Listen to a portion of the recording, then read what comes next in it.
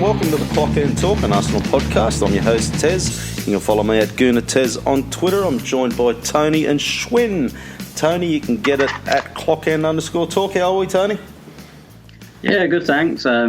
These guys woke me up to do this podcast, so I'm still half asleep. But apart from that, all good. Good. And Schwinn at AFC. Schwinn, how are you, buddy? Very well. Tez woke me up for this pod as well, so here we are. All over it, lads, all over it. Okay, there's been plenty of Arsenal news coming out of recent, but Tony, we'll get to... We have one signing, Gabriel Martinelli. Yep. That's the one. Do you know anything about him? What do we expect? Is it a good signing? He comes with a high reputation in Brazil. Look, I've not seen anything apart from the YouTube clips that probably everyone else has seen. He comes with a big reputation from Brazil. He was called up to train with the squad. So he wasn't in the squad for the Copa America, obviously, otherwise he'd still be there. But he was called up to train with them. England do it quite a lot. They have 3 or 4 players that are a bit younger that they see as the future, and they come in and train with the squad. And he was that guy before the tournament started. So that comes with a good sign. I mean, he's got better stats than players that are going for a lot of money, and people think maybe it's because they're going from bigger clubs. So he came from quite a small club in Brazil, where you get players that go from, say, Santos, for example, and they're going for 40, 50 million with sort of similar numbers and stats to Martinelli. So as much as I haven't seen him, I'm going to say it looks promising. I don't know if he's going to come in and start straight away because he's young. Obviously, he's coming to a new country. But I'd imagine he'll be in and around the first team squad. I think pre-season's probably a bit of an audition for him. I'd imagine he'll go on the tour to America. And we'll see what happens. I think similar to Guendouzi, who wasn't signed with thinking he will go into the first team and play 30 games this season or whatever he did. But if they impress in that audition period, then why not? I'm reading, so he obviously plays up front. I'm also reading he also plays a little bit on the left wing, but we are looking for a left winger, and we'll touch on Zaha a little bit later as well. A preferred position, he's probably looking, I'm thinking, a Welbeck replacement there, obviously. Yeah, it looks like he could be the third option. As you said, he can play from the left. I think he's played quite a bit from the left. He likens himself to sort of, I don't really agree with this from what I've seen of him, but he says like the player he most likes to play like is Cristiano Ronaldo. Well, he's gone the big one. Yeah, but as we've had this conversation before, you're never the next, I don't know, Alex Iwobi. You're always the next, Ronaldo, Messi, blah, blah, blah. Yep. But he's a winger that likes to score goals. I know you can argue Ronaldo plays more centrally now, but I think he's talking of the Ronaldo maybe 3 or 4 years ago that still played from the left but scored a lot.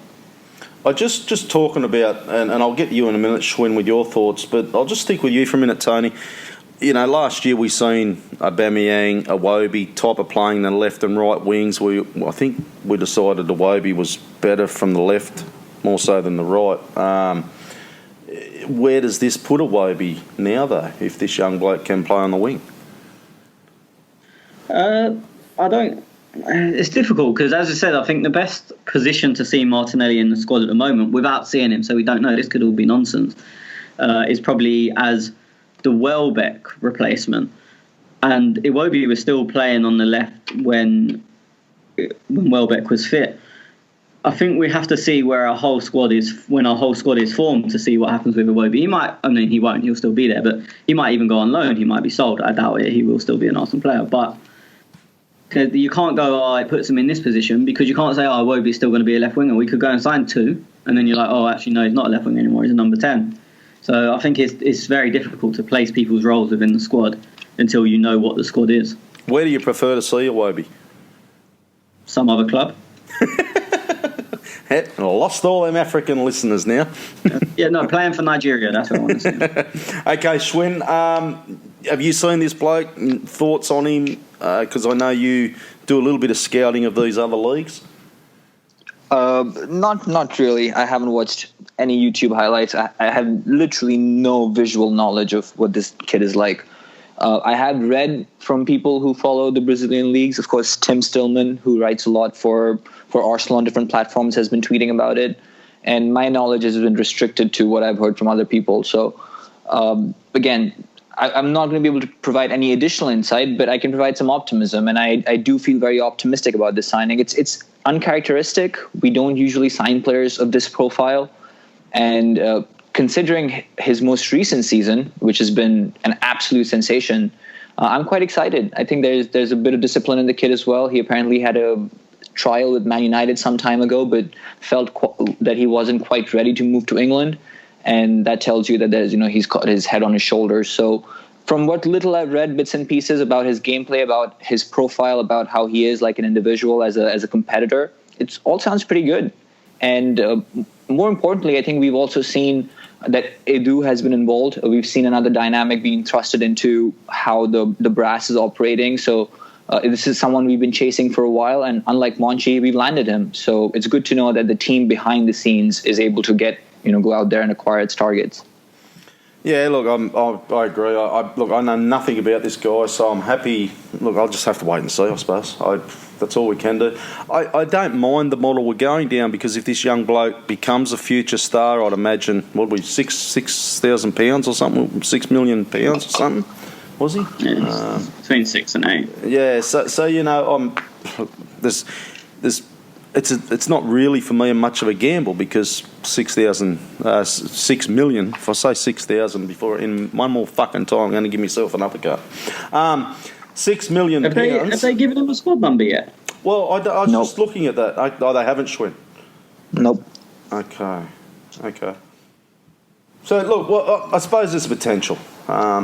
Worries me a little bit. We are going down this path, but I don't see it as a big gamble. So. Now, Tony, I want to touch on Zaha, because there has been massive rumours coming out about Zaha, and people are going to go, oh, shit, they're going to talk some transfers. Well, look, unfortunately we have to, because there's no football playing. So we're going to talk some transfers. We're going to talk some stuff about Arsenal. We're also going to get into your questions as well. Look, Zaha, it was reported, Tony, there was a bit of £40 million come in. Obviously, we've all said, he's probably worth, I personally don't think he's worth the 80 that's been reported. I probably think on potential he's around the 60 million.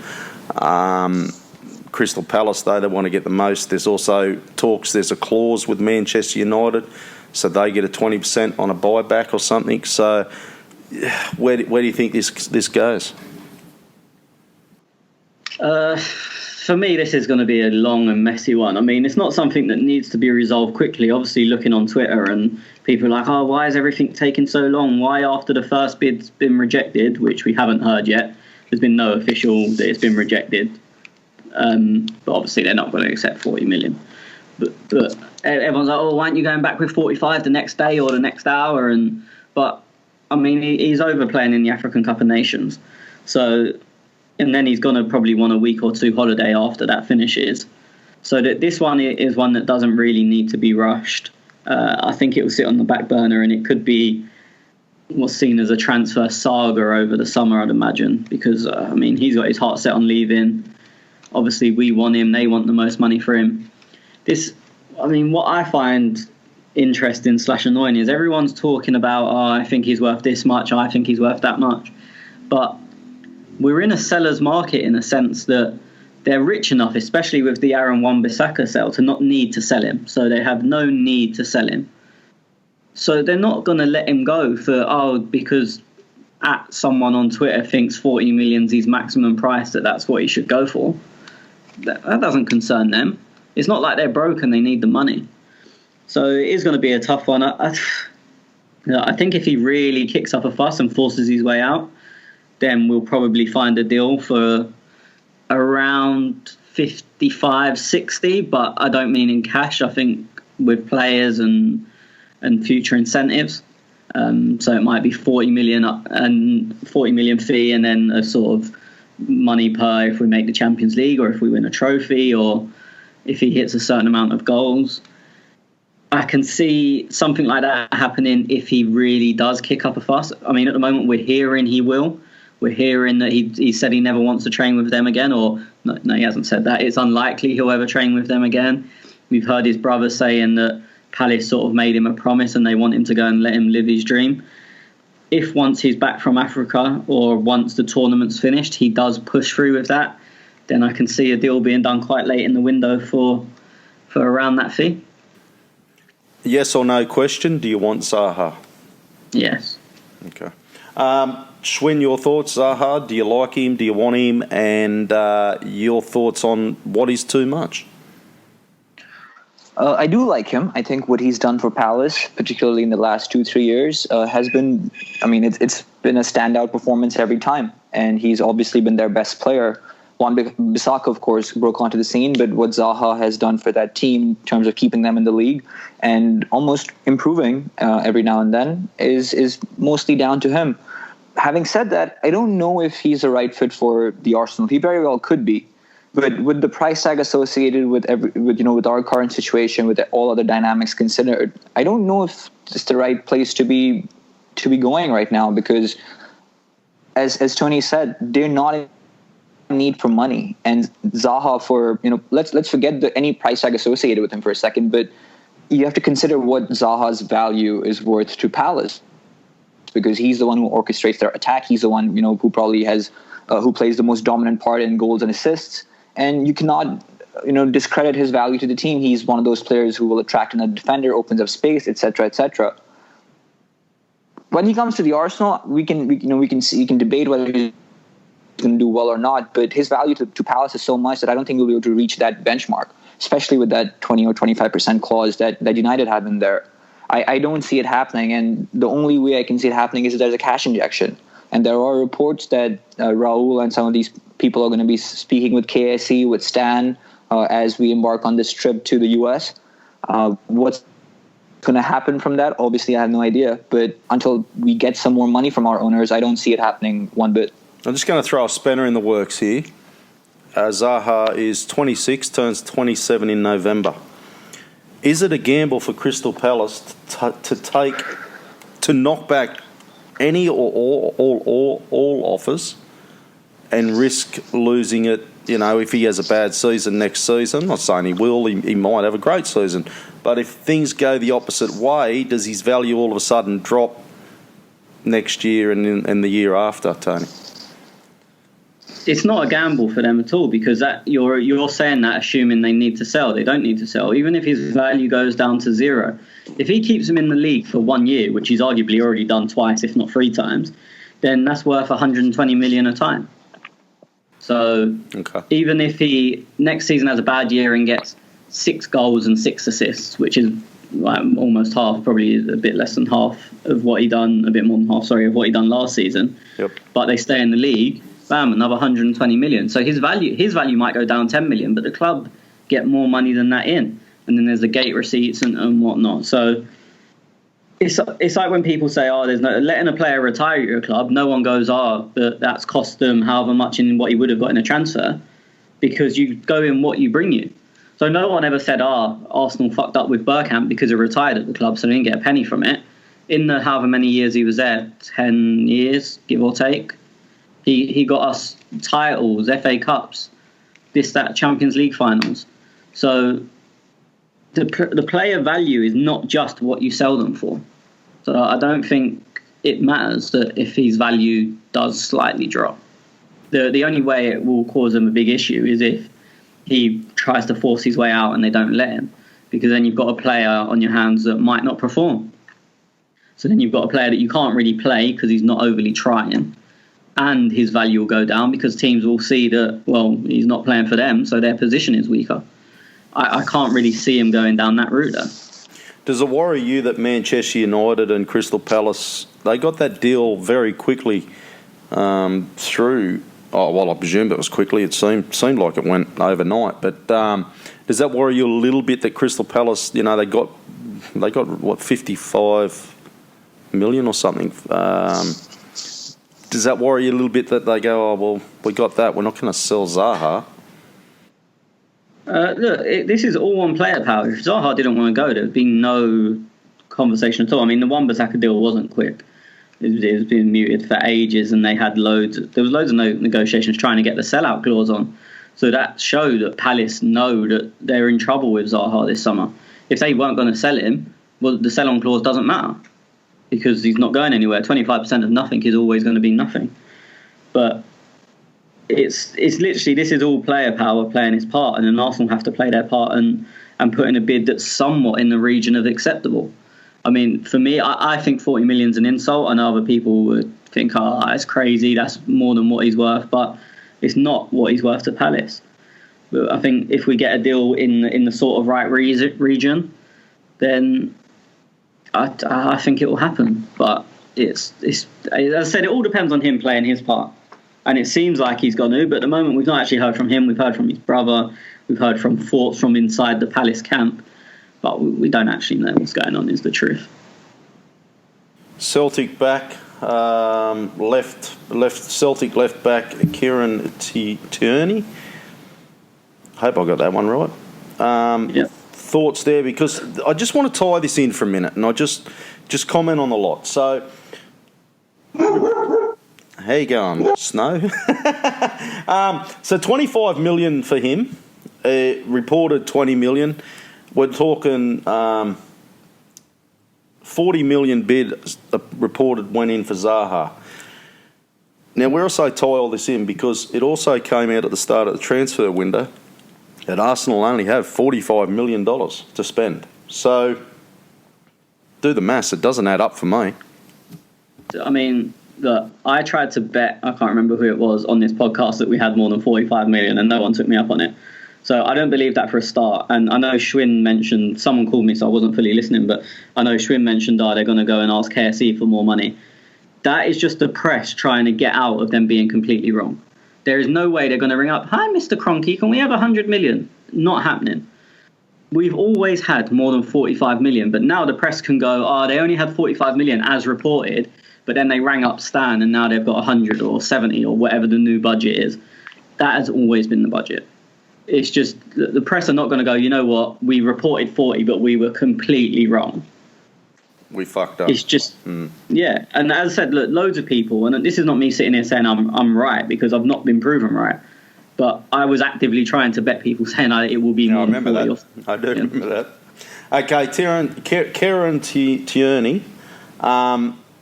You know much about him, left back, and where's they put Monreal or Kolasinac? Look, Tierney is a good player. Could possibly improve a little bit defensively. Very good going forward. William runner, quick, fit, can deliver.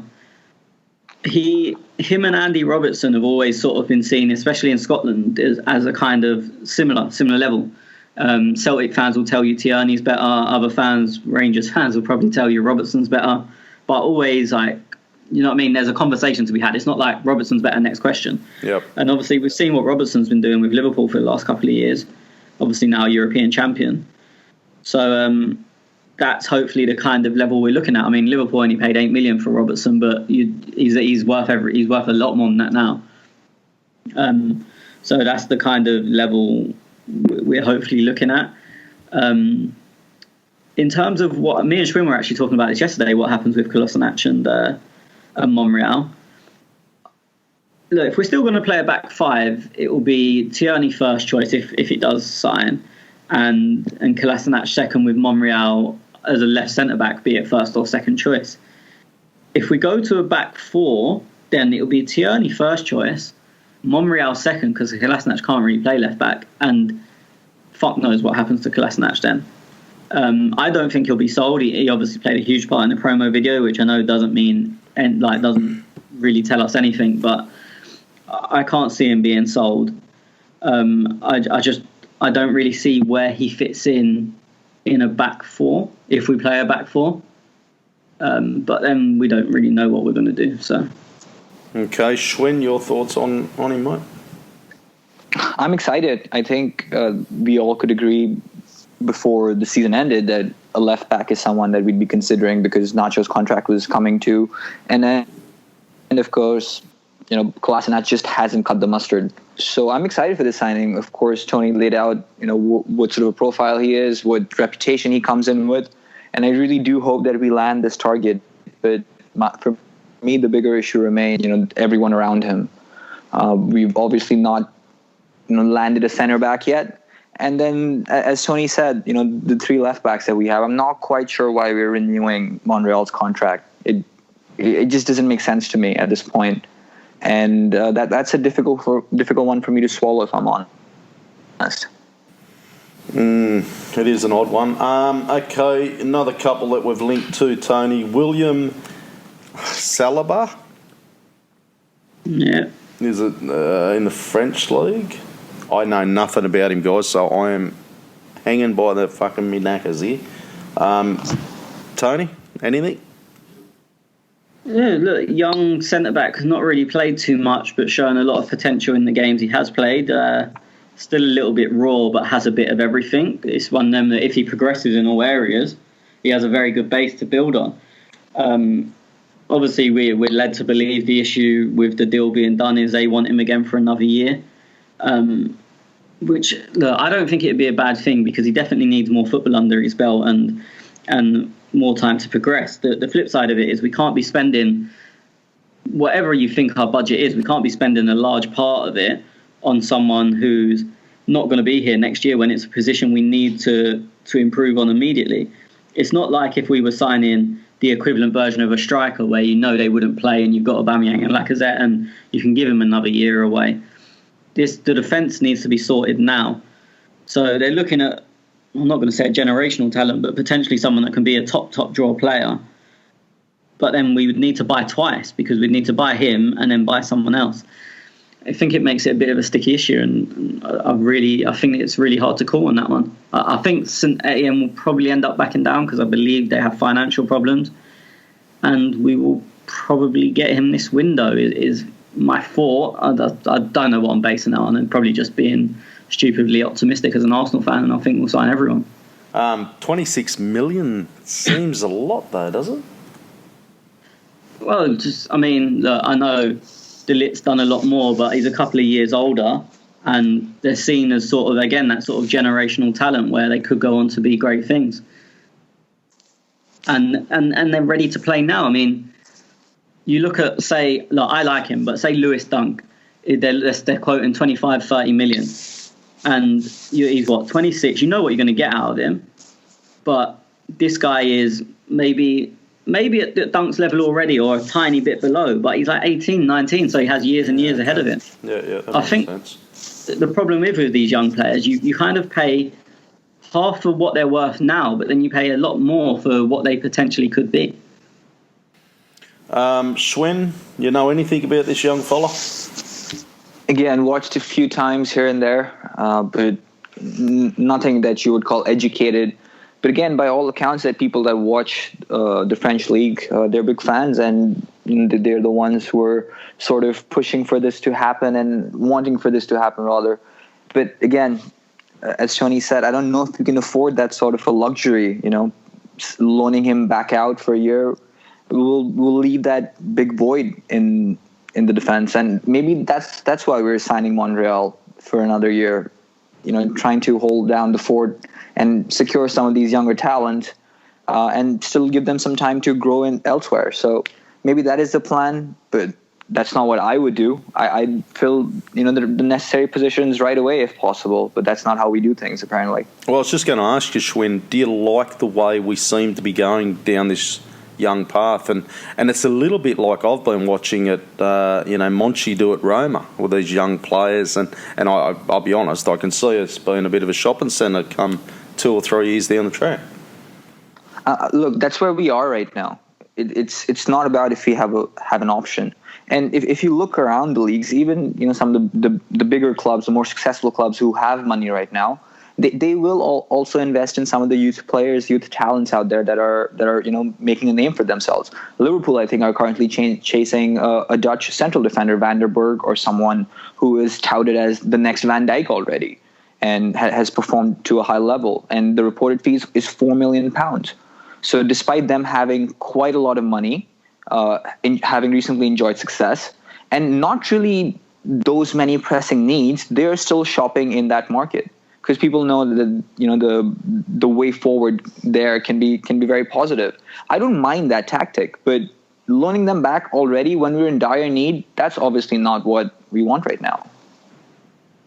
I had it up a minute ago, Tony. Real Madrid, there was a player there. Just come out today, Lucas Vazquez.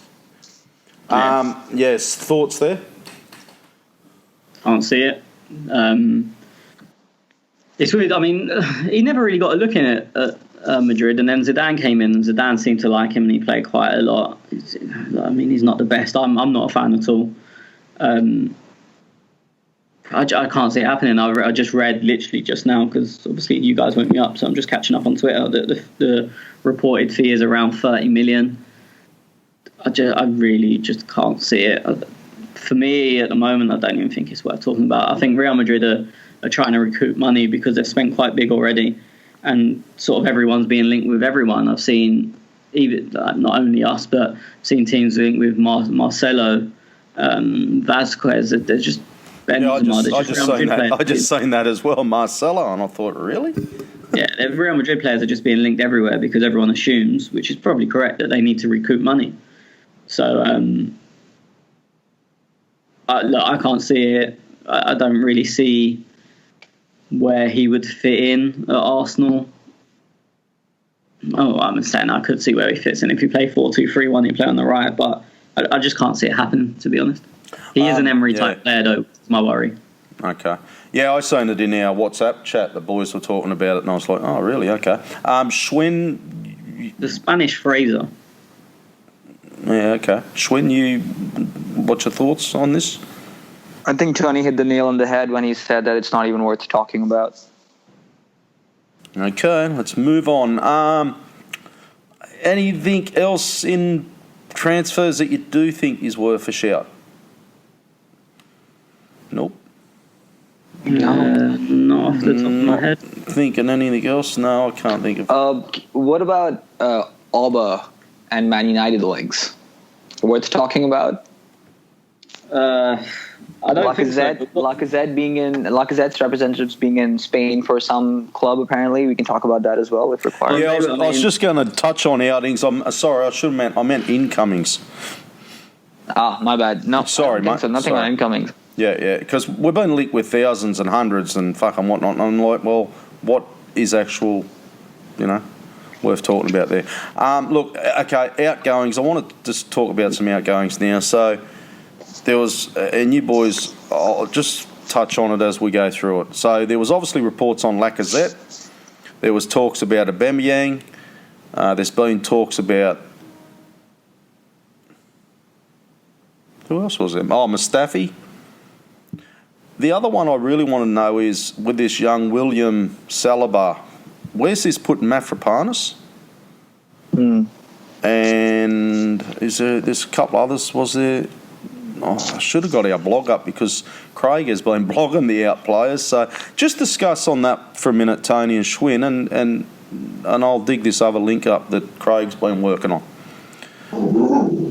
Well, in terms of the contracts, talking about Aubameyang and Lacazette, it's a real interesting one because obviously Raul and Vinay done the interview saying with 2 years left they're basically sold or extending. There's no other option. We're going to be really hard on it. Blah blah blah.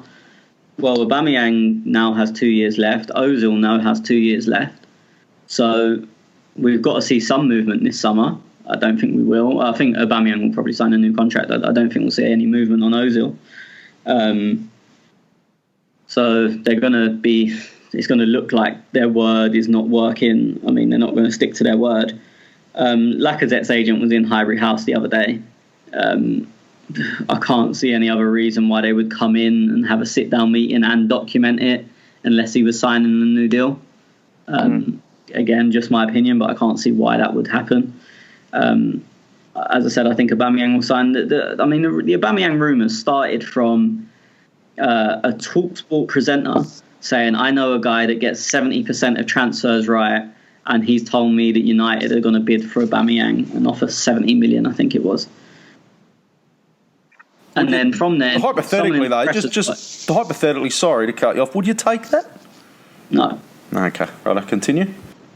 Is that because it's United? I suppose what it boils down to is that would we be open to selling one of them two, and which one, to fund some of our other purchases? And if that is the case, then how much? Not for 70 million. If I was gonna, I'm gonna get so much shit for this, but we've had a month off, so I can take it. If I was gonna sell one of them, it'd be Lacazette, because you can't replace Aubameyang's goals. You're fucked. You can- You're gone, mate. You are fucking gone. At @clockend_talk. Tony, Rest in power. you are You can't- gone. You can't replace Aubameyang goals. If they were both scoring a similar amount, the thing is, if you sell Aubameyang, you've got to buy another striker. It's as simple as that.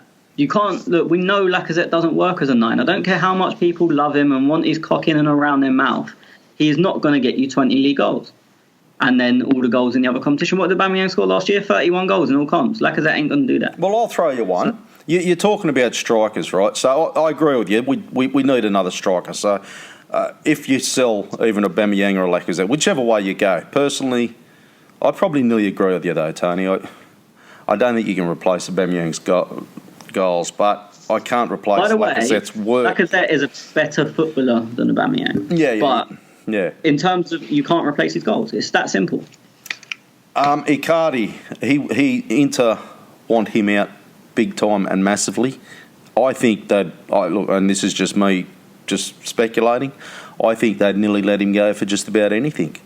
I think if you sold either an Aubameyang or a Lacazette, do you look at somebody like him? Potentially, look, I mean, I don't know his situation there and how much they're looking for him. There was rumours Juventus wanted him, and they said they would only take a swap for Dybala, who's got to be valued at 80 million. I'm not going to let Schwinn have his opinion on this. He That loves is the crazy. class. Yeah, that's crazy. That's crazy. I know which But one then I'd rather. that's the valuation you're looking at. So, look, I wouldn't sell. Look, there is not a single one of our players I wouldn't sell for £100 million. Let's be it, Aubameyang, Lacazette, any single player I would sell for £100 million if the offer came in. But there'd be no point selling an Aubameyang for 80 and getting an Icardi in for 80. You have to completely change your style of play, completely change the way things are done, potentially break up a partnership with Lacazette, and for what? So, look, I wouldn't be selling either of them, is the truth. I mean, the question was asked is, I asked the question. Yeah. what fee would you accept? But, I mean, look, that's where the Aubameyang sort of rumours started, and then the press got hold of it, and then they started putting back page headlines as if the thing is, it gets so much nonsense because one person says something and they say it's from their source. Then newspapers pretend they've heard it from a different source. So then you've got now 6 people reporting the same thing off one fake rumour. And now suddenly it's like, everyone's heard that Man United are going to get Aubameyang. But in reality, it's one geezer who's a presenter on TalkSport. He's not a journalist. Mm-hmm. He's never been involved in football in any way, shape or kind. But suddenly now that's a whole big story. And then Ornstein jumped on it when Arsenal only have a £40 million budget and they're trying to sign Zaha. The only way they could do it is if they sell Aubameyang. So then now it's even worse. Now you've got 6 potentially journalists who people don't really care about, but Ornstein, who everyone wants to take his word as gospel, now he's saying it and everyone's like, fuck it, Aubameyang's gone. There's no point buying Aubameyang shirts, he's off. Crazy. I think he's signed a new deal. I don't think we'll lose either of the two. And yeah, that's where I think we're at with them. Do you want to weigh in on anything on that, Schwinn? No, I mean, I can understand the train of thought that Tony has there. I suppose my question was not, that focused on that particular link. It was more academic, and I agree with him that in that case, Lacazette is a bit more dispensable. He's a bit more replaceable. And you can do that in a few ways. You can buy someone at a cheaper price and try and work a new partnership and then, use the remaining funds elsewhere. You don't have to go all out. But if you sell Aubameyang for 80, 100 or how much ever, the chances are you'll have to spend that whole amount on a new player of that same quality. And that comes with a whole host of issues. But I suppose we should also talk about the contracts. And, okay, Lacazette seems to be currently under the works in terms of renewal, but Aubameyang's is not, or it's not reported at least. So I hope that we're looking into that as well and trying to secure our assets before it gets too late. We've seen what that's done to us in the last 2-3 years. Yeah, agree. Look, for me, Manchester United. Now, I thought of something a minute ago. They want to get rid of Lukaku, and even if these rumours were true, wouldn't you think that it'd be some deal? And I don't want Lukaku by any means, but wouldn't it be some deal there, like Lukaku and 50 million or something? Like, No. it wouldn't be. No. He's got the first touch of a trampoline.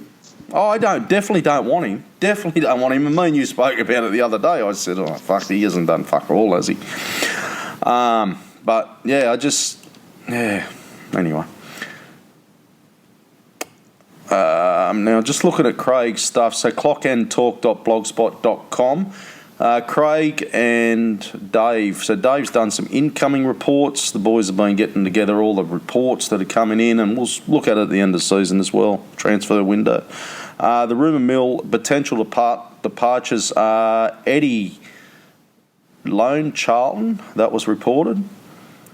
Chambers to Lazio. I think he'll go out on loan. I can't see it being Charlton. Okay. Colin Chambers to Lazio, 15 million. Not read that. I'd imagine we'll get a bit more from him. I think an English club will probably take a gamble because he was Fulham's Player of the Year. I know they went down, but he's done a job in the Premier League, so I'd imagine an English club will take a chance. Janko to Celtic. I think he'll go to West Brom. West Brom, okay. Just because of Slaven Bilic, it's where he's played his best football. You get an England cap under when he was at West Ham. He was playing really well at West Ham when he was at right back. That year they done really well with Payet. It was Cresswell left back, Jenkinson right back, and they had a good year. And Slaven Bilic now at West Brom, looking to get back into the Premier League. Be playing with Gibbo on the left as well. So, my guess would be he'll go to West Brom. Ospina has gone to Napoli. That's been confirmed. You remember them reports about a week ago? Torreira was heading to AC Milan. Yeah. Didn't that fucking fall over like a lead balloon? Again, it's the same thing. One person there was a quote that he said, I don't really like the weather in England. No one likes the weather in England. And then from that, someone's built a story saying sources close to Torreira says he wants to leave. Then someone else has copied that story and said their sources have heard that. Then they added a bit, and it ends up like Chinese whispers, so you end up from one quote that he actually didn't say anything. He just said the weather's shit in England, which it is. It's become he wants to leave, he's desperate to get out. I mean, there's people talking about his wife and kids. He's not married and doesn't have kids. He can't. His wife and kids can't settle in England. Yeah, I'm not surprised. They don't exist. I think that's because a certain someone tweeted that they spoke with Torreira's family.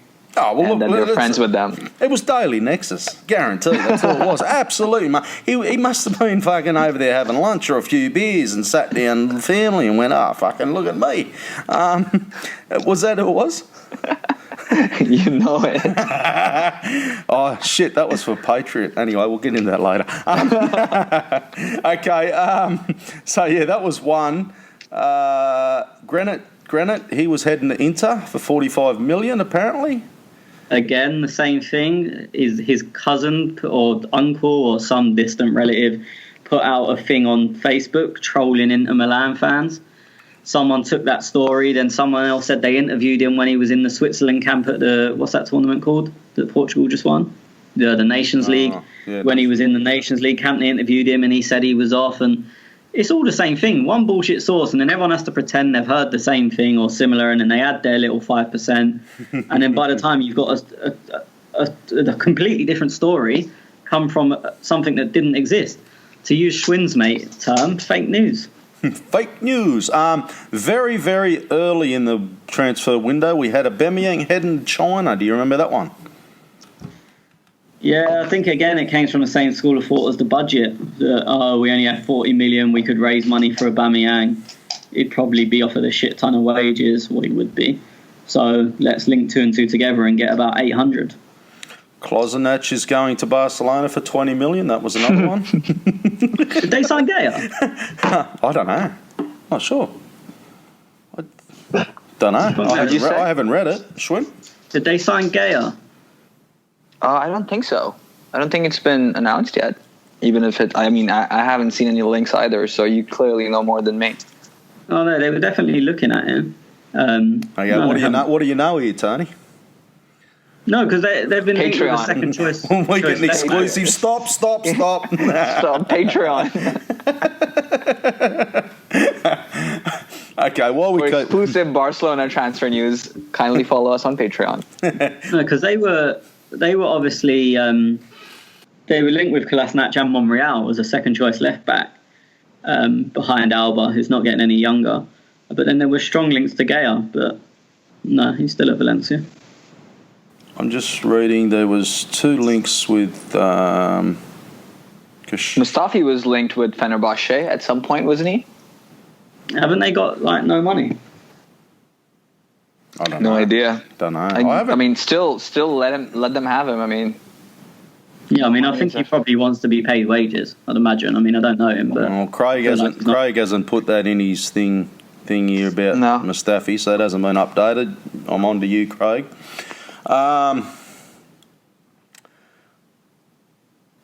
it's pretty sad, isn't it? No, I just seen the next player's name, and you cunts are absolutely going to crucify me because you've been crucifying me all fucking the last couple of weeks about this. Tez, this is how you pronounce it, you dumb fuck. I'm just going to say Laurent. I taught you how to say it.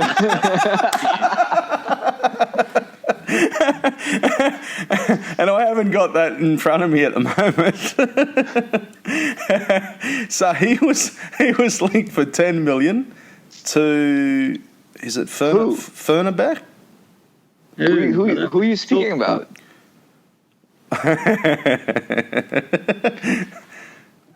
Lauren's an ex-Arsenal player. Laurent Kashani. No. I'm not answering this question until you say his name right. I've taught you this. Like a child. Koscielny. No. Look at your WhatsApp. I've just sent you it. Oh, you cunt. You fucking cunt. Open on WhatsApp. Koscielny. That'll do. A bit quicker, yeah. Koscielny. Koscielny. Yeah, no, I mean, I've typed There you go. They're 3 words you understand. Put them all together. Koscielny. Rightio. Okay, so he was linked to Borussia Dortmund at one stage. I never read that, so I don't know where that's come from. But Craig has read it somewhere. He says the source was the Metro. Oh. And who's that other team that I saw? Do you guys know what the Metro is, by the way? I know it's full of shit usually. Yeah, so it's a free paper that you get on the train. Like you get on the train, you get on the tube, and there's just millions of them lying about. So I mean, they're not going to spend the most amount of money in digging and getting stories that no one else has got. Oh, it's free. Yeah, Oh, fuck, mate. Fair dinkum. There you go. it's probably got quite a big readership because everyone just leaves them on the train. So when you get on and you're bored and you've got like a 20-minute journey, Yeah, you just pick up the one that's on the seat you want to sit in and have a look at it. So it probably gets quite a lot of advertising money. But yeah, they're not going to spend fortunes on digging. And like, I couldn't name one Metro journalist, whereas you go to the Mirror or the Sun or whoever and you can name names. Okay. There you go. Okay, so anyway, the boys are updating everything at clockendtalk.blogspot.com. Just to go on the Koscielny things, which is how you say it. Yep. I can't see us getting 10 million for him. I think he's only got a year left. His Achilles is still suspect. I think he does want to go back to France and end his playing days there, but I think we'll probably keep him as a bit part this year, and then he'll go for free next summer, I'd imagine. There was another team, and I can't find it now. I'm scrolling through his thing. Fern something. Where is it? Fenerbahce, is it? Yeah, I still can't find it. Yeah, where are they again? Turkey. Don't see that one. I can't see him going at all, to be honest, because what feed you sell him for, I don't see a team paying 10 million for him. I then don't see it being worth it for us to let him go for 3 million when you know he could come in for 15, maybe 20 games across the season, He's obviously got leadership experience. That's got. I mean, he will be club captain if he's still there. That's got to be worth more than 3 million. So I can't logically see it happening. I think if someone does bid 10 million, we'll let him go. But I can't see any team doing that. Okay. Okay, so that's about all. And you touched on Mustafi Schwinn as well. So that's about. El Neni's got to go surely at some stage. And Mafropanos was the other one I did mention that I haven't seen any reports anywhere. So El Neni and Mafropanos, boys, do they go? One for sale, one on loan, I would imagine. That would be my guess. It depends who comes in, though, and what happens with Chambers. Because if we don't sign any other defenders, or if we sign Saliba and he goes back on loan, and Chambers goes out, we kind of have to keep Mavropanos because we're on the same number of defenders as we had last year. We're 1 or 2 injuries away from him having to play. Especially, and then if you had Mustafi goes, he's now third choice defender. So I think Mavropanos depends a lot on what happens coming in. I'd imagine if we get what we want, he'll go out on loan. El Neni, what is the point? Just get rid of him.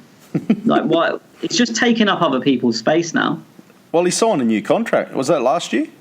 Last year, yeah. Yeah, so, yeah. What do you get for him, though? What do you get for an El Neni who's done absolutely fuck all?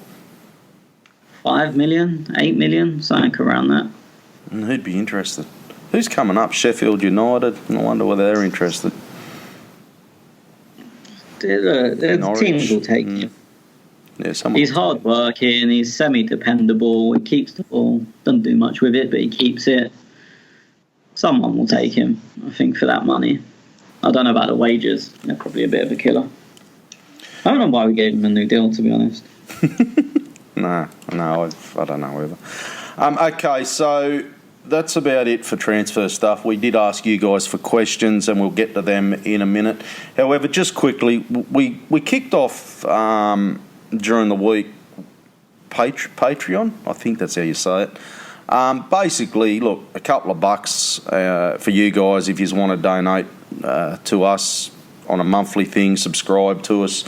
We're going to throw out some bonus podcasts there, and basically, look, I'm not here to get rich because then it becomes a job for me. So I'm not here to do that shit. However, I want to give something back to people, and we've had things, Tony, over the years where people have said, we'll give you some Arsenal shirts to give away, and we'll give you some stickers to give away, we'll give you this, that, and every fucking thing else. And you're always relying on that person to come through with the deal. Where I wanted to be in charge of the whole thing. So basically giveaways. I want to give things away. So that's based on what that's about, and also we can do things with it. So you never know. The sky's the limit. Hey, if we get, I don't know. I'm just putting it out there. But if we get fucking really good from it, who knows? We might send somebody on a flight to watch a fucking game for all I know, because that's what I do. That's what I'm happy to do. So it'd be things like giveaways for Patreon users or listeners only. Yeah, so that's what that's all about. Any you boys want to add on that? No. Yeah, just as I said, we're not trying to make money from it, so everything we make will be putting towards prizes or keeping the website hosting and whatnot. We're not actually going to take any money from it. We will be doing little bits of bonus content. We've got a couple of things lined up already. It won't affect the regular show, so this podcast is still going to go out as normal. It's not going to be like a 1 week we're only giving it to charge people that are paying, and then the next week we're going back to everyone. Nothing's going to change. We just, as I said, we wanted to try and give some things back, but obviously I have spare tickets a lot of the time, so if we raise enough in a month to give away a ticket so someone could end up getting a match ticket for their $5 that they've paid or however much they've paid. So yeah, I think that's about the nuts and bolts of it. Yeah, now I'll also do some little content on it so we can work out how it works ourselves and get that out to you. Now, I have not put a minimum on it, So sometimes you can put a minimum of $5 a month. I'm not going to ask you to pay $5 a month to subscribe. If you think our content's worth $1, that's what you pay. So, so that's about that. You happy with all that, Schwinn? Yes, sir. Excellent. Now, we do have some questions. I'm just looking for the thread. Not many, but we'll get some through. So some we've already touched on. Clay says, Zaha, who would be preferred option on the wing? Best bang for the money, realistic, of course. Do you feel Tierney in the long-term Are you solution? going to give us a chance to answer that question? Oh, yeah, he's done 3 questions. Go. Go with that one, Zaha. It's a difficult one because he's so different from, like, we've been linked with other wingers, but he's so different to the other ones we've been linked for. I think it depends what figure you're talking about as well. I think for 40 million, which is not going to be the figure, but I think he would probably be the best option. If you start looking at around 50 or Carrasco for 25, look, I think Zaha will be more effective than Carrasco, but Carrasco probably better value for money. But I always moan about I don't care about value for money. I just want the best possible player. And in a sense, I don't really care about fees as long as we get the players we need. So look, someone's going to say Ziyech, but he's a completely different type of player. Like, literally polar opposites. I think for the out-and-out winger that's going to beat a man, run, drive at defenders, take defenders away, so Aubameyang and Lacazette have got more space, there's probably, off the top of my head, not too many better out there for around the 50 million fee we're looking at that do that job. There might be better players, but at doing that particular job, I think probably Zaha's up there. I agree with you. My problem is look, I don't know what this Zaha is going to do. You said yourself that this is going to stretch out for long term. Thoughts, though, and MAA Gunner also ties in a little bit with this question. He says, why is Carrasco, Fraser, and the Anderson deal broke down? Well, Anderson's moved on. I think that was confirmed. Leon, yeah, I think that was confirmed. I remember reading something about it. So Carrasco and Fraser, we seem to be going for Zaha. I've also said to you boys, I don't know why we're not going for Irving Lozano from the Dutch team there. Why are we putting all our eggs in Zaha basket? I think it's just a style and the type of player he is. There's not too many like him. We was talking on the WhatsApp group the other day, and we were saying physically he's pretty much as good as you're going to get. He's pretty tall. I'm not saying he's good in the air, but he's pretty tall. He's as strong as you're going to get. He's got really quick feet. He's fast. He's powerful. He drives at these defenders. The thing is, at Palace, you got to think, I know his numbers aren't amazing, but he's doubled up on every time because he's the danger man. You think what he'll be like if he's one-on-one, and if they do double up on him, that means there's more space for an overlap or Aubameyang in the box or Lacazette in the box or wherever he's linking up from. So I think it's just a style that Zaha brings more than actually Zaha the person. It's just there's not many other wingers at the moment. The art of being a winger, when inverted wingers came in, the art of driving at your man and taking them on kind of disappeared. There's not that many wingers anymore that just go at their man every time and beat them with pace, skill and trickery. And I think we're kind of looking for that mould of player. And as I said, I don't think there's many more out there. Like, say, Lozano is much more similar to Alexis, who won't beat you on the outside. He'll run up and cut in and try and get a shot off. Whereas Zaha can go both ways and will commit men every time. He might lose the ball, but he'll always be committing men. I think we're just impatient fans. I'll be honest. If Arsenal come out tomorrow and said, "Oh, we've signed Fraser," I wouldn't be disappointed. If we come out and said, "Lozano, we've signed him," I wouldn't be disappointed. Well, I'd really like him. As you said, that's just because we want signings. But because we want signings, that's what I mean. Like, I would know rather know where I'm going. Yeah, I know. But even one of them, I'd rather know where I'm going than draw. I just feel like we're going to be drawn out to this Zaha thing and be left disappointed with nothing. Yeah, I mean, look, I mean, the thing is, even if the Zaha deal was all agreed, I'm not saying it is, and I don't think it is, nothing will happen till after the African Cup of Nations anyway. Like, literally nothing. So there's no rush to complete that deal. I personally think they're working on that deal. They're trying really hard on that deal, knowing that they've got 2 weeks or whatever to do it. And if it doesn't happen, we'll then move on probably back to Carrasco. That's what I think will happen. Carrasco, Warrior, been in China for 18 months? No. No. You reckon he'll come in the Premier League, be all right? Yeah, look, he might take a while to get used to the intensity, but that's the same as players that have come from anywhere. That's not. I don't really see China as an issue. I mean, it's not like he's let himself go and just got like fat and lazy or stopped trying. He's still getting picked for Belgium. I see no worries there. I'd be more than happy for him to come. Okay. Schwinn, do you feel Tierney in the long-term solution at left back? Because this is Clay co-conservative. Because he says, does Kolasinac have much resale value, or would you still keep him if Tierney happens? I mean, for the first question, I do feel that Tierney is the long-term solution. I mean, as Tony said, he's been someone who's been covered a lot in Scotland, and the comparisons made across, even today, are a testament to what he is and what he could become.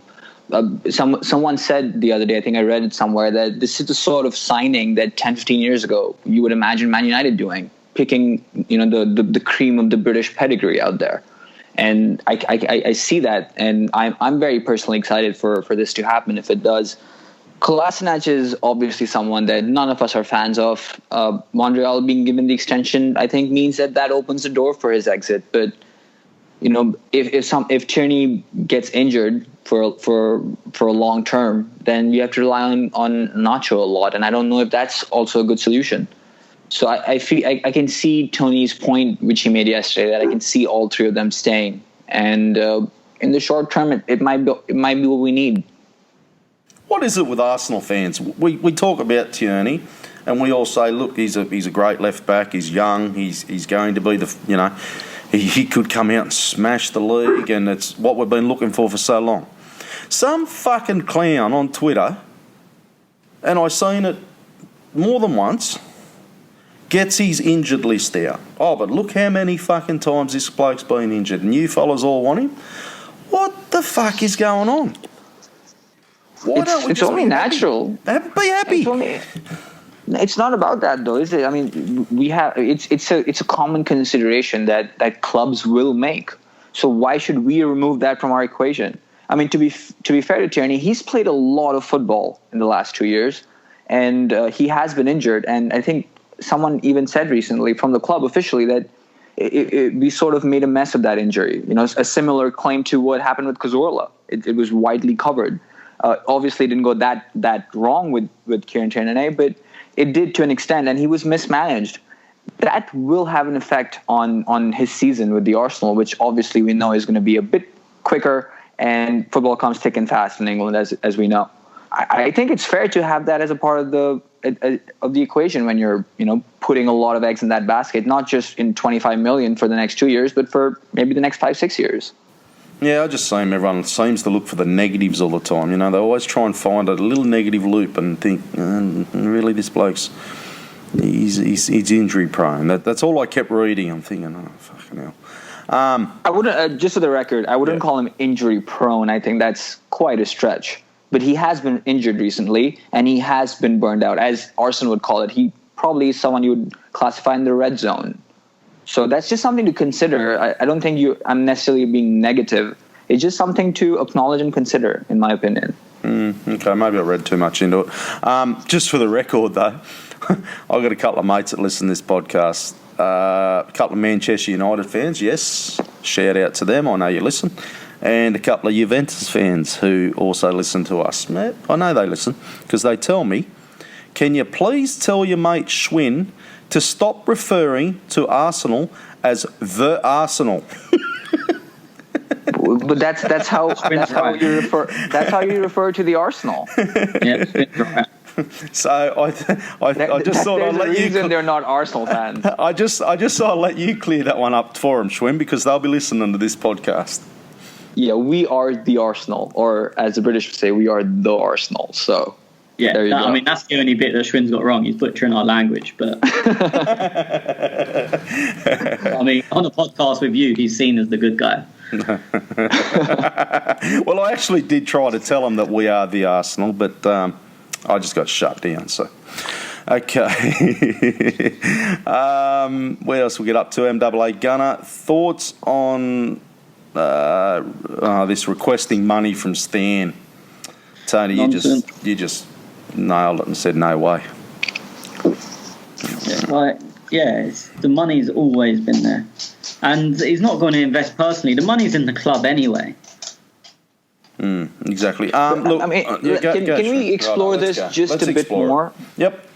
Yeah, because, I mean, we know that there's a dearth of financial resources, right? Swiss Ramble, of course, very recently did a very detailed thread on that. And it's clear that because of the last 2 years of no Champions League, we have less money. I'm not saying we have no money, we have less money. Is it really that outrageous that when we're visiting the US, and I know there's no precedence for this, but is it really that outrageous for these guys to maybe ask that, look, this is where we are, some cash injection, not 100 million, 20, 30, 40, pick a number. Is it really that outrageous for them to maybe have a conversation about this? The money's already there. They don't need him to inject extra money, and you know he won't anyway. I mean, we know he has until now, and so the thing is, he won't. This all comes from, again, that no one would know. This meeting taking place is speculation. Like, it's not as if Raul's phoned the Daily Telegraph or the Daily Mail and said, we're going to go meet with Kroenke and ask for more money. It's because they've said there was a £40 million budget and then now we're linked with spending more. They've gone, actually, they're going to go meet him and ask for more. Yeah, that makes sense. Let's print that. Like, before, I think the first person of recent, first journalist, to say that we had more money was the Sky guy. I can't remember if it's Dharmesh or Cavill. But they didn't mention a meeting. They just said the money's always been there. This is a smokescreen from Arsenal. Look, you think this season, this window, we get 60 million from Adidas, 10 million for Rwanda, 30-ish from the Emirates. We've got the highest gate receipts in Europe. I know our wage bill is big, but there's no way this all leads to 45. It's not like we spent big in recent windows either, where we have loads of installments to pay. Okay, we might have a few from last summer, but the year before we have next to none. Like, the money has always been there. There's no way they're going to go to Stan and say it. Stan doesn't even know what an Arsenal is. Look, I'm going to just add, and you brought it up, Schwinn, I wasn't going to touch too much on it. But I did see the report that you do mention Swiss Ramble, and look, he does really great work. He crunches the numbers and things. My only argument with that was, last year, the Arsenal, you got me saying it now, we stopped sharing our financial records. Why? Because Kroenke now owns full majority of Arsenal, so he doesn't have to. So how does that reflect on the budget that we have for this season? Well, there's two things there. One is that I would imagine that Companies House will still require you to make some sort of submission on your finances. Yeah, but does he do that under the whole Stan Kroenke banner, or does he do that under only Arsenal? Well, I imagine it happens through KSE, the holding firm. Yeah. And those would be public records at that point. But the second part... Depends if Arsenal's a separately registered company or not. I don't think they are we? I don't know. I don't know. I'll be honest, I couldn't find anything. Well, I think under KSE comes Arsenal Holdings PLC, correct? And then we have Arsenal as a subsidiary of Arsenal Holdings. So my guess would be, and of course it's up for critique, my guess would be that it would be available. But I think that the bigger point is that he's taken over, but the finances are still of the previous year that we're considering, right? Because it's this tax year that the firm is going to change in terms of how it operates. So your point would be valid, I would say, a year from, but not today. Again, this is open for critique, but this is my understanding then of there's it. This is been how two- I approached it. But then since then, the Adidas deal's come in, which is a lot bigger. The Rwanda deal would have maybe not been in the last tax year because it happened at the end of the year. So that's an extra 10 to 12 million. That's the the way I Emirates was deal was reading it, increased. yeah. That's the way I So was there's, reading it. there's an extra 100 million. Yeah, and there's more. There's Acronis, I think we signed with last year in Singapore. There, more money is coming from them. And you're right. Look, even if we had a 45 million budget, we all know that that's not how we do transfers. You don't just go out and spend all your money on one player. It's paid over the length of a contract. So 45 doesn't really mean 45. That's not strictly We true. all I don't know understand where that. people have got that from. But it may happen. In most Oh, it cases, can happen, but everyone. That's how Sorry, it's just I keep seeing on Twitter everyone assuming, if you sign a player on a 5-year deal, you pay the transfer fees over 5 years. That's not how it works. But go on. You also don't pay the whole amount lump Oh sum. no, I agree. I just keep seeing right. that. There's a gray area there. Right. So there's a gray area there, and there is funds, there, as you said, with Adidas and Emirates. I'm just saying, is it really that outrageous that if we don't have, based on our rough calculations, maybe we've overestimated how much we have. If we don't have what we have, what we need, is it really that outrageous that they go and talk that maybe we need some money? Because our financial value at this point is dropping, and we know that matters to Stan at some. Where is the threshold? Have we hit that threshold? Schwinn, I have to cut you off there, mate, because you're just breaking in and out, and you're hard to clarify. I just wanted to clarify. So you're basically saying is for those who just got bits and pieces of Schwinn, is it too outrageous that that he's going to go and ask Emery's going to go and ask Kroenke for money?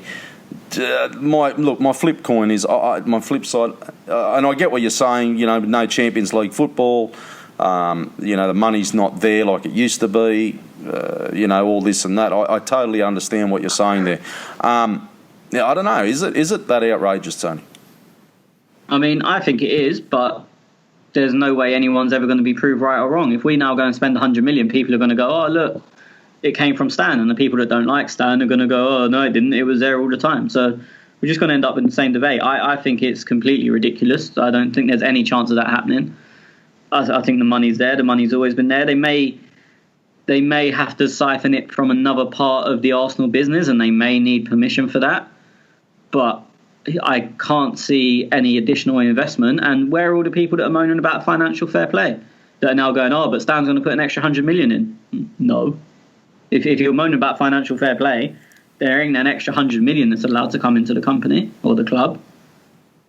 So look, they may have to siphon it from cutting corners elsewhere, or where the wage bill's reduce, they'll add that up and put it on a transfer budget. But there's no way he's going to invest an extra 100 million, and there's no way they'd even ask. Well, what I'd like to know is obviously Stan owns a lot of football teams, sporting teams, throughout his whole sports portfolio, from NFL, hockey and everything.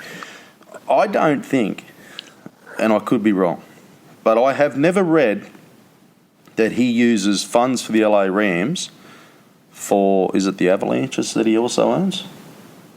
Yeah. I have never read that he tops the Avalanches up with the Rams money. So I'd imagine he doesn't do it. I'd imagine he doesn't do it with Arsenal either. So they don't mix. And I've just got Company's House up. Arsenal have not filed accounts since May 2017. So any data being looked at is at least 2 years old. Yeah, that's what I read. It's 2016, 2017, 18, wasn't it? No, just 2017. The reports are made up till 31st of May 2017. Is that on the Arsenal site? No, it's on Company's House where you have to file the reports. Oh, okay.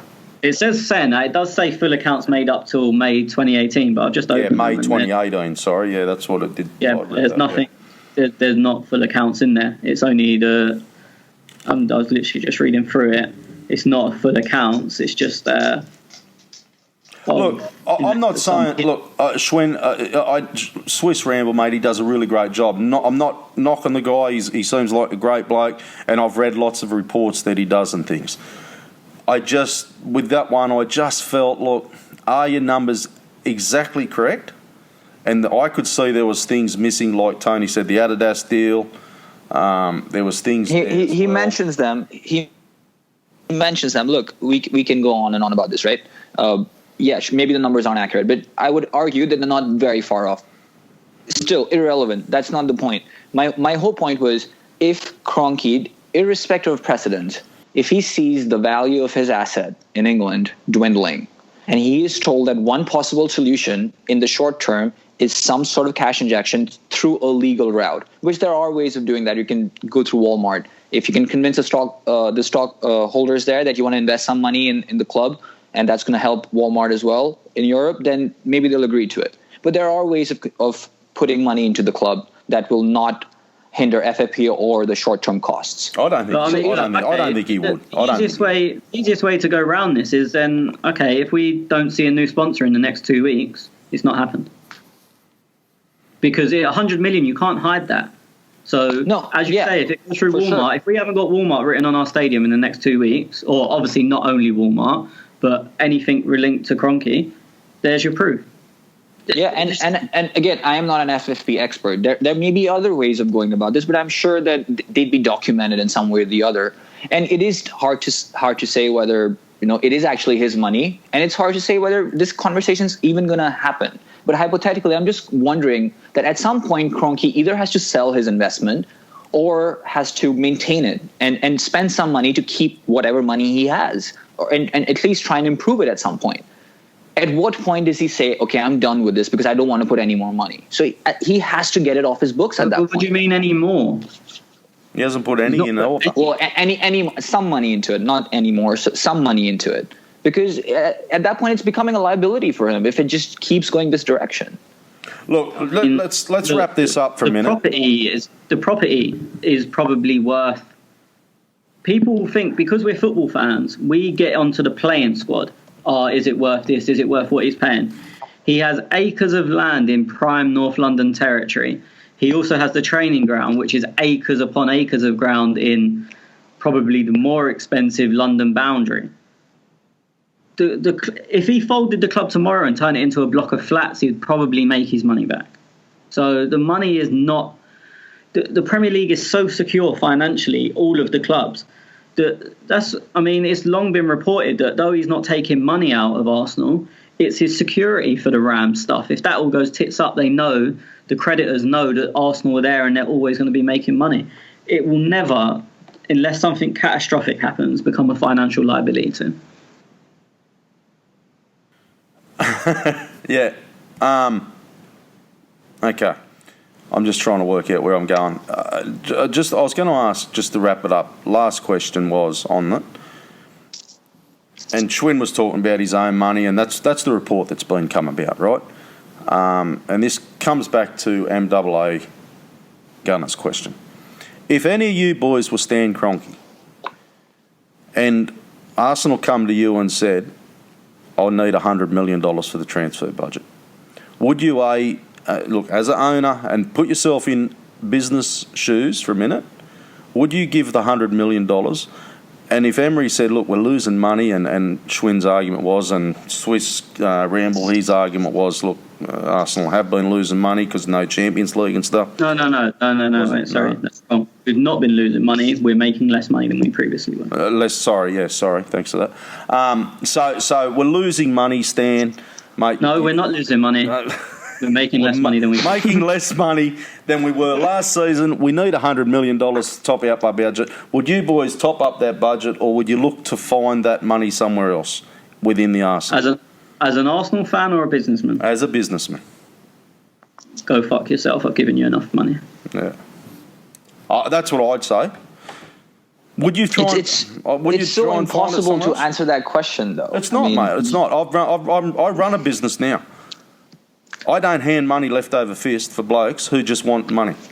Yeah, but what if your business is, falling? I find it. I'll find that money elsewhere. It's in position. I'll find that money elsewhere.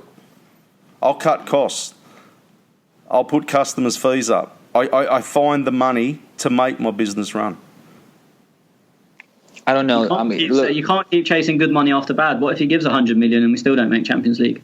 Now he's 100 million in the hole and our income goes down again. Yeah, look, no one's denying that. I'm not saying money is like No, but that's why so that's the answer to the question. If that question was directly asked to me about my business, I would not put the money in.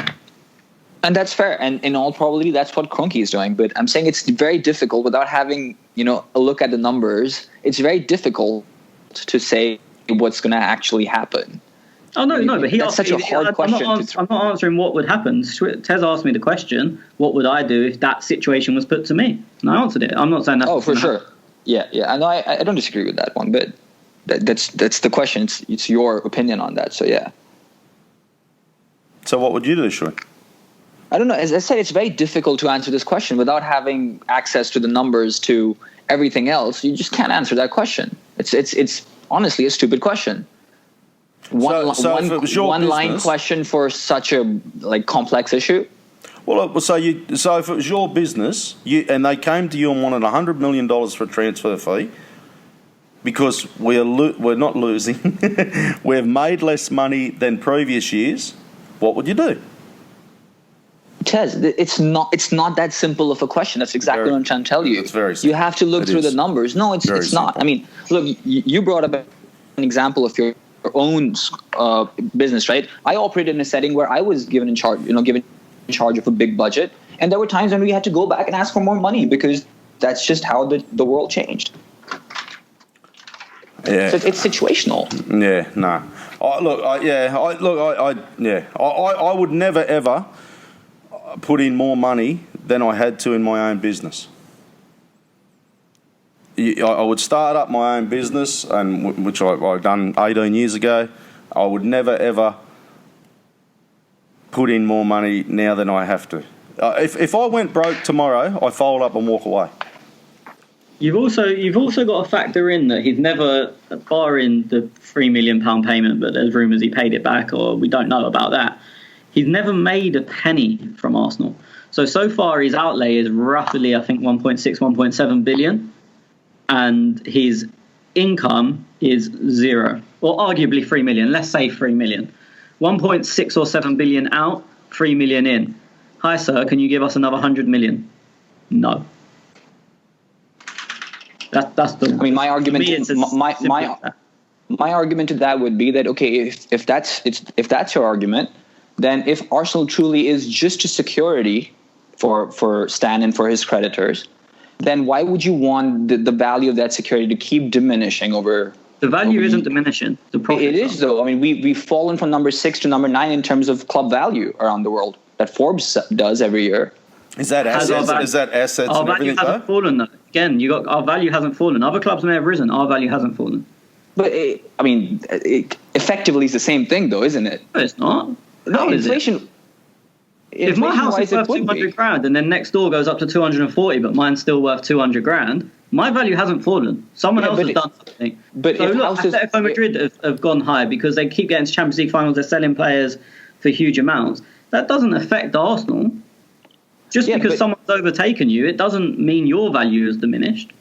It's not the same thing at all. I don't know. I feel this is getting so much more economical in its argument that we're losing focus of where we're coming from. And my only argument or point, and again, maybe we can close the discussion here, is that there may be an option for us to look to our owners if they truly feel that the asset that they value for whatever reason is under threat. That's what logic tells me to an extent. Maybe I'm wrong. Maybe that's just the way I would opt. But I feel there might be some room at some point, maybe not this summer, maybe later, but there might be some room for cash injection. Okay, let's close that off, and that's the type of shit you'll get on the patrons.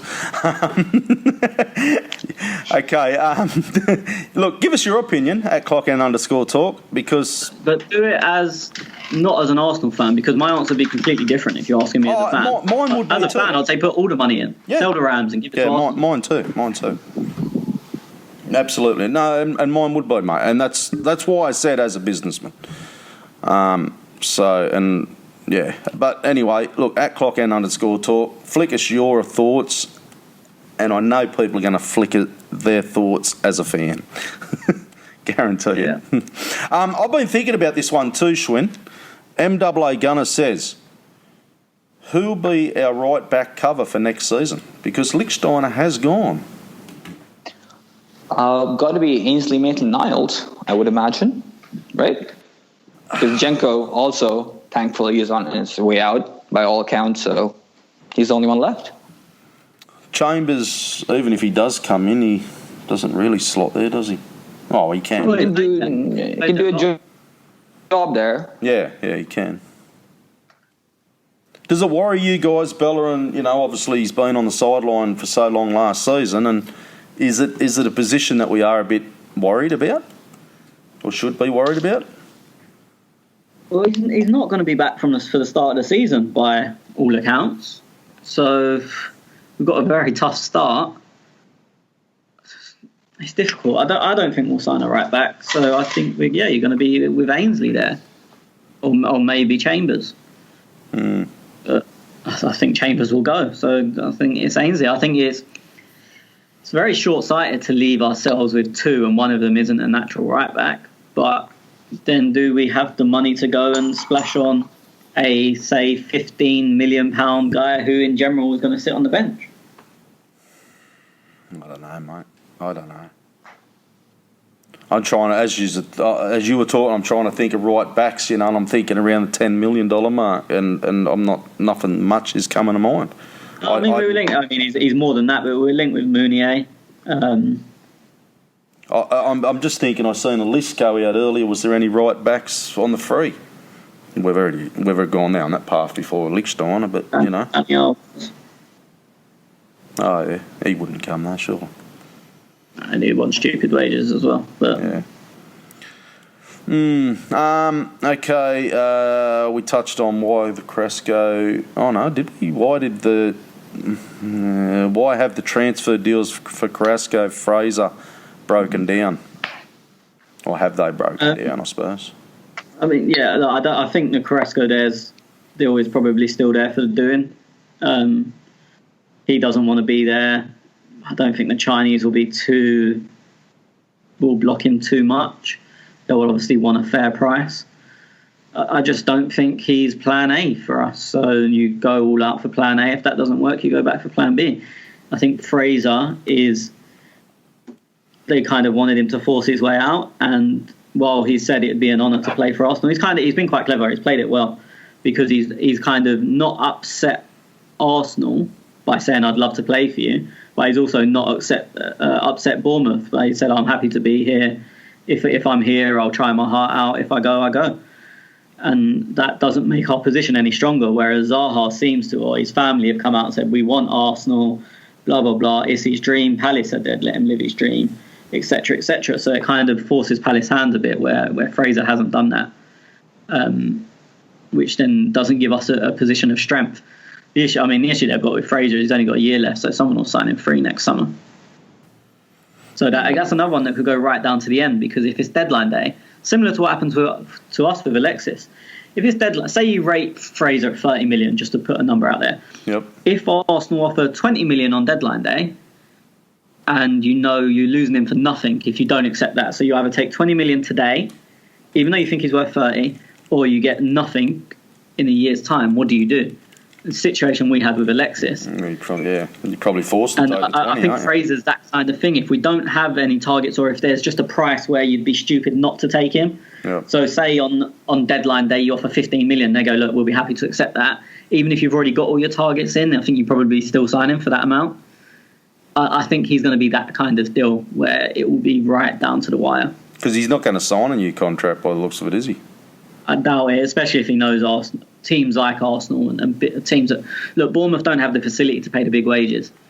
So even if he came as a moderate earner at Arsenal, it'd probably be a lot more than he's on at Bournemouth, especially if he leaves next summer and goes on a free. Mm-hmm. Okay, what's going on with the Aubameyang Lacazette contracts? We touched on that. Vish says, given that our defence has been a shambles in the past few years, why are we not spending more money in this area? Spending $70 million on Zaha, Saliba, Tierney are good start, but we need more, unless Chambers feature in Emery's plans next season. And Bilic. Chambers and Bilic. It's hard to say. Look, they've got their transfer plans. I think obviously left back they're seeing as shoring up that area. They're linked with one centre back. If he plays two, he'll probably be happy with Holding and Socrates. If we've got to remember Holding's coming back, I think he'll be happy with Holding and Socrates as first choice. That's the thing. I probably think it would be. Yeah. Well, it was starting last season before Holding got injured, wasn't it? Yeah, I mean, it was a bit chop and change between three at the back and two, like three centre backs and two centre backs, but them two did start a lot in a two, and then Mustafi came in as the third one.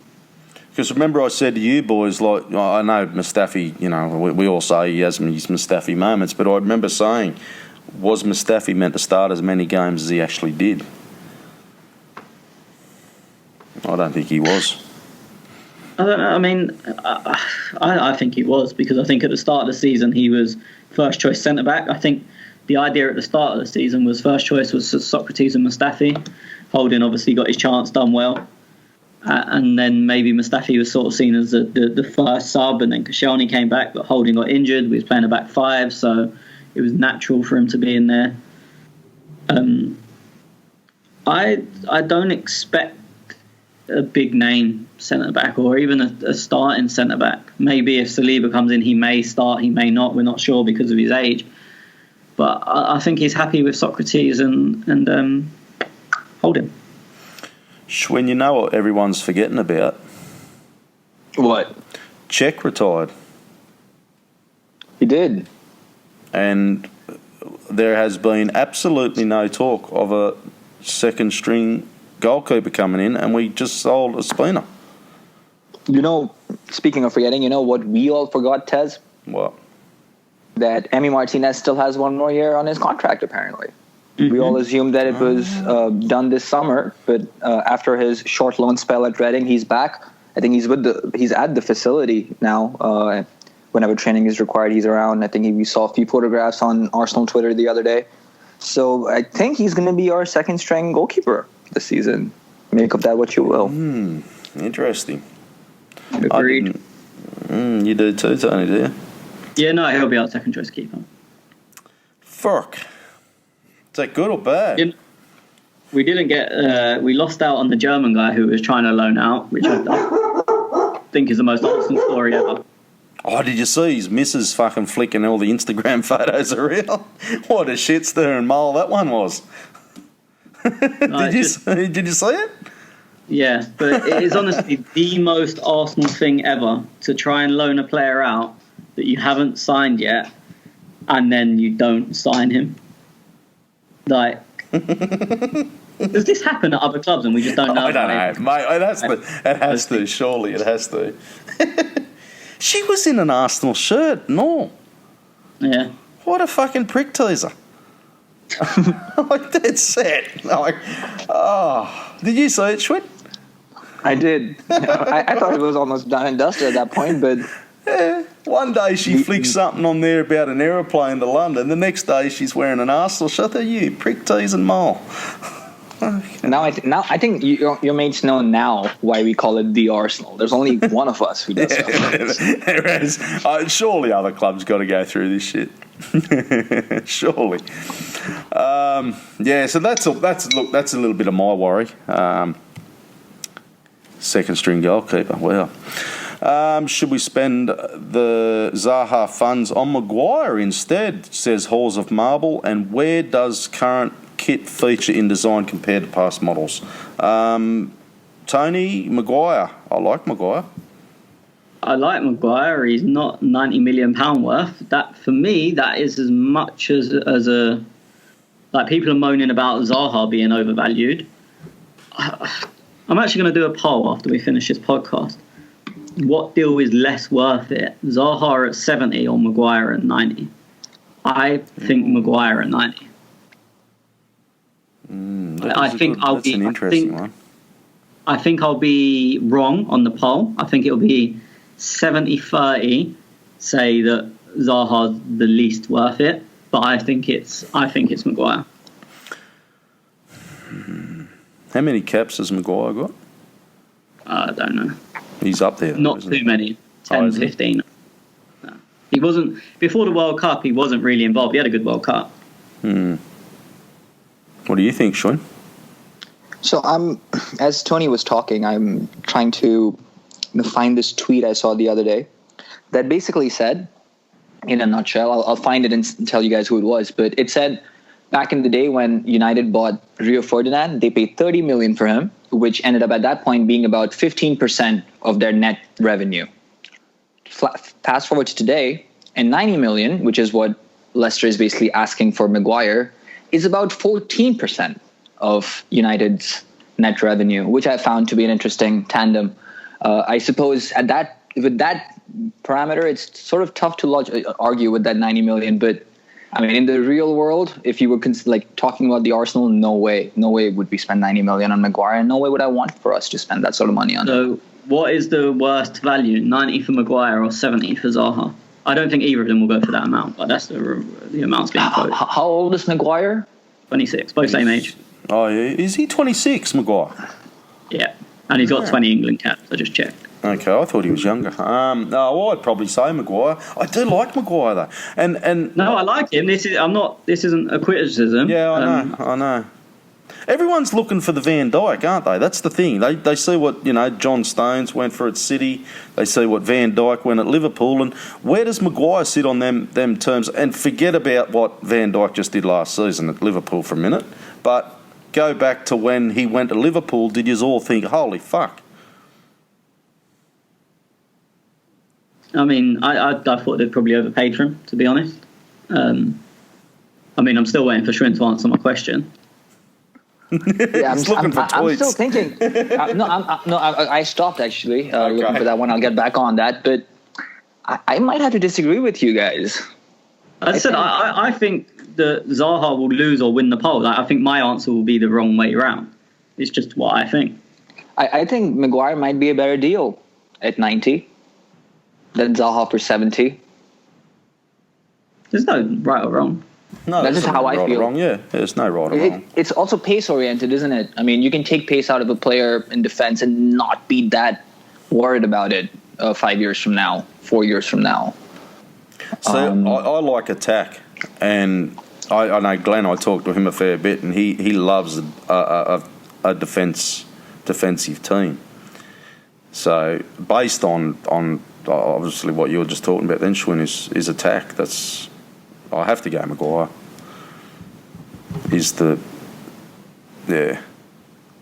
Zaha would be pretty good for 70 mil.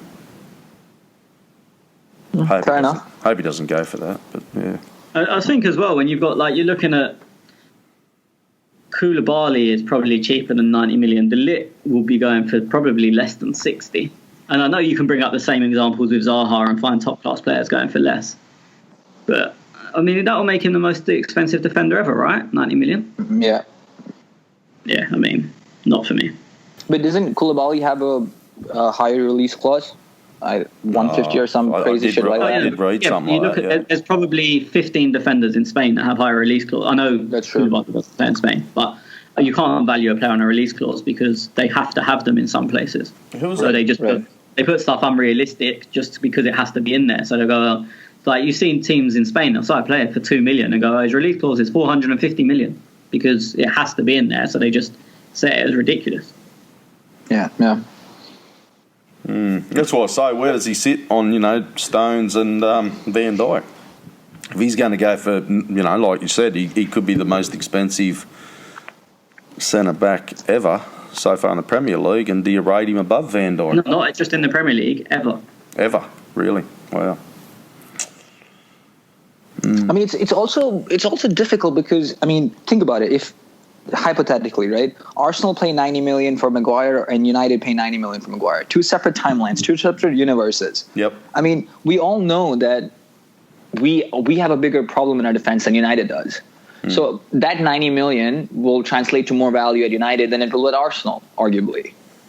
So it's so difficult to, look at it that way and say whether he will go on to become, the best player worth his price that you never know. Buyer he could paid be a dud, for. mate. Yeah, that's right. Yeah, he could be a dud. What do you think of that?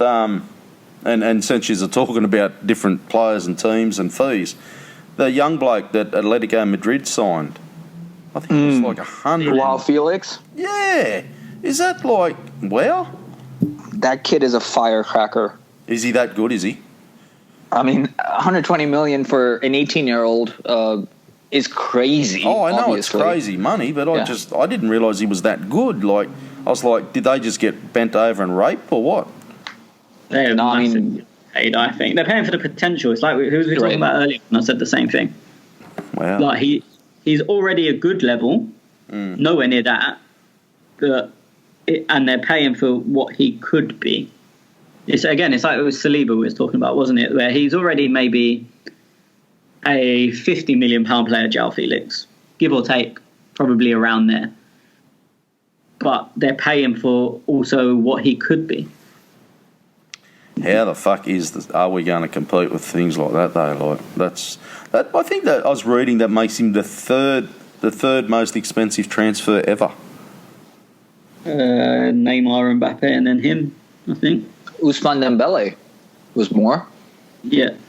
Was he? I actually read fifth, but I can't think who the other one was. I read it was the fifth okay. most. Coutinho was more. Yeah, No, it must be. How much was he? Coutinho was more. Hazard was more.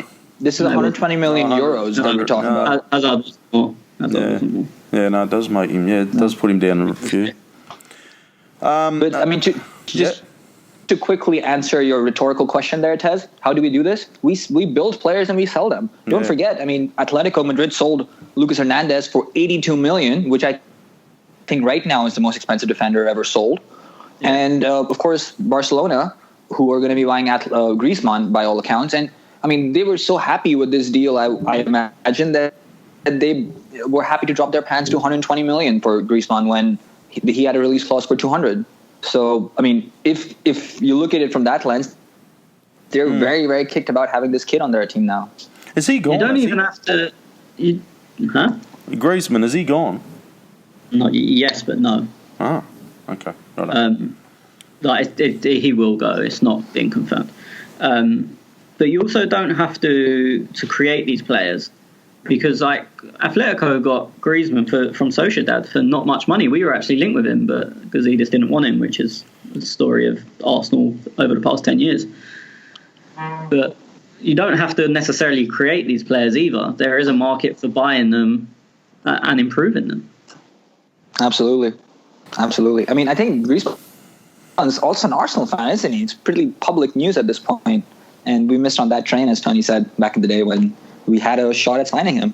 Mm-hmm. Yeah, even look, Harry Maguire, Leicester signed him 2 years ago now for 17 million, and now we're talking they've rejected 70. So we don't know what he's actually going to go for if he does go. But say even at a minimum value, you're putting 70 million, and so that's 53 million profit in 2 years.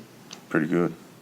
So you don't have to. That's how you compete with them. You either make the player yourself or sign potential. So Guendouzi, we bought him for 7.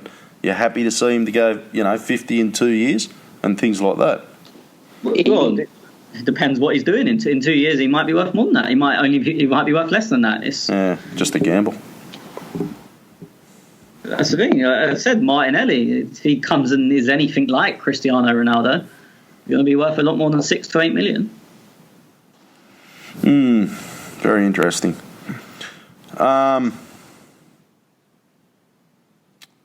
Tony Ollie says, Tony, I presume you think Zaha is poor. Long-term signing given the resale value when his 3-4 year contract expires. Surely Pepe or Sarr are more astute signings. I don't rate Sarr at all. So I'm just going to discount that just because I don't rate him. The thing is with Zaha, I know we've just spoke about buying young and improving them and then selling for more.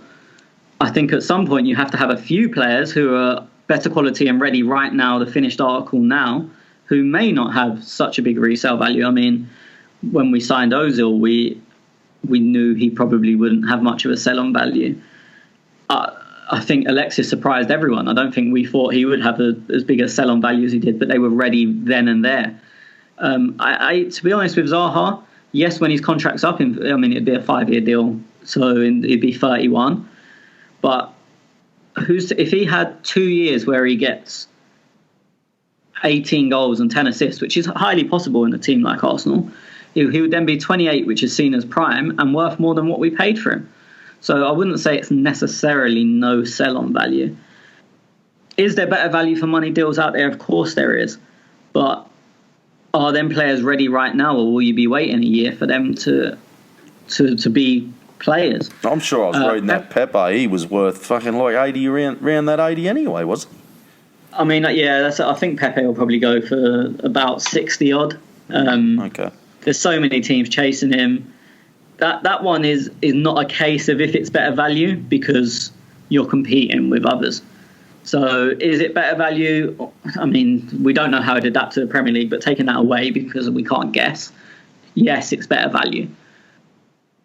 But you'd be competing with teams where you're just not going to win. So it's not obtainable. It's better value, but it's not obtainable. So for me, the Zaha deal probably isn't great value in terms of resale, although it could be if he performs the way we expect. But look, if you're going to go down that route, Aubameyang's terrible value. Because in reality, you're not going to sell him, and then his contract's up, and he's 32, I think he'll be by the time his contract's up, and his value is not going to be worth what you paid for him. Arguably, I mean, how old was Lacazette when we signed him? 26, was it? 26 as well, I think, right? Something like that, yeah. Right, yeah. So it's the same thing. Like Zaha would be the same age as Lacazette, younger than Aubameyang. And look at Aubameyang. We were just speaking about 70 to 100 million offers, which is making a profit on him. So who's to say that a 26-year-old you couldn't make a profit on him in 2 years if you wanted to? It's the same thing. I don't really get the no sell on value. I agree if you take it to his end of his contract and he's 30 or 31, if he does sign a 4 or 5 year deal. But then you've got China in the background, happy to take 31-year-olds as well. Yeah, but they're not going to be paying the big fees for them. They'll take the player, they won't pay a fee. But as I said, like, look, Lacazette we signed, he was 26. He'd just turned 26, so he's a few months younger than Zaha would be. But we could now sell him for a profit. 26 is, if we're going to start discounting players because they're 26, I think you're struggling as a club, because then you're suddenly only signing, under 24? The player's not under 24, you don't take them? You need you need a little bit of balance, and you need players like Zaha, mate. He's proven in the Premier League, so he's been there and done it. He's not a player who's going to come to the Premier League, and he's people might hate this, but he's smashing teams like us. You know, he's smashing teams like Chelsea. He's doing it against the big teams already. So I already see that as a valuable asset to have in your team, regardless of 26. I know he's 26, 27 next year, and I get what you're saying, but for me, I think it's just good value. Doesn't matter what you pay. I agree with you. If it's 80, I think it's still good value. I know it's 80. Look, I don't think Arsenal are ever going to pay 80 million for a player at all. But I just think it's what you need. It's going to bring the best out of Aubameyang. And this is going to go to my next question with you, Schwinn. It's going to bring the best out of Lacazette. And so Chris, he says, shouldn't we buy Fekir and force Ozil out of the club? I know this is not the Arsenal way, but we need to move forward and be ruthless now. And how many times, though, Schwinn, have we all said, I think we said it, or was I talking to somebody else, that Sanchez brought the best out of Ozil. So talking about Zaha, does he then bring the best out of Ozil? I don't know. I mean, it's very difficult. I mean, my heart says yes, but I don't know. I don't know if Mesut has that sort of a future at the club anymore. Tony said that 2 years left on his contract. In all probability, we're already trying to ship him. I think there's no doubt there. If someone comes knocking, we'll do whatever we can to try and make a deal there. But it's going to be so hard, and that's the problem with bringing someone like Nabil Fekir in. Till the time you have Mesut Ozil and Henrik Mkhitaryan on your books, let's not forget Henrik Mkhitaryan makes 180 grand a week. So he's up there, and he costs us a lot of money, and he's not delivering for that sort of income. So till the time we have both of them on the books, whether it's Fekir, whether it's James Rodriguez, anyone you pick out of thin air, it's just going to be very difficult to try and justify that cost when we have so many other glaring issues. Yeah, I agree with you. It is hard. Going to be very hard. But Zaha, for me, does... Look, I'm not saying he will get the best out of Ozil. I personally don't think anyone will pay the wages for Ozil. I think he'll see out his contract at Arsenal. Every window he'll be linked to somebody. I just honestly can't see us getting rid of him. And I seen somebody else who got crucified. I can't remember his name. Harry. Yeah. He was talking about like how to get the best out of Ozil as well. So I almost have to agree with what he said though. I think you've got to try it. When I read what Harry tweets, I agree with a lot of what he says, and he gets so much shit. It's unbelievable. So I'm reading it like, I am so glad it's not me that's tweeted this, because I agree with it. I mean, even to be fair, do you remember, I don't think Shun was on it. We done a podcast and we had a question: how do you get the best out of Ozil? And I said, sell him or build the team around him. They're your two options. And there was one or two comments on YouTube that you tagged, you sent me a screenshot of, saying, "Oh, this guy's an idiot. Blah. How are you going to build the team around Ozil?" And I was like, that is not what I said. But I was like, that's the way you're going to get the best out of him. And I feel like Harry said the same thing. That the way to get the best out of him is to build a team around him. If you don't think he's worth that, get rid of him. They're your two options. Mm-hmm. And I don't think you're going to get rid of him. So there's only one choice to do, and that's an 80 million if you've got to pay for Zaha to try and get the best out of Ozil. I'll wait till the questions are over, because I've got a question for you too. Yeah, okay. I just want to know your answers. Well, I've done that poll 12 minutes ago. What's worse value? So I actually asked, what would be worse value? Zaha for 70 million, Harry Maguire for 90 million. And after 152 votes, it's 78% have said Harry Maguire and 22% have said Zaha. And one guy said, "Shit, I clicked Zaha by mistake." So it's over 80% saying Harry Maguire is worse value at 90 million. I'm surprised. That surprises me, even though I agree. Mm-hmm. Yeah. I agree.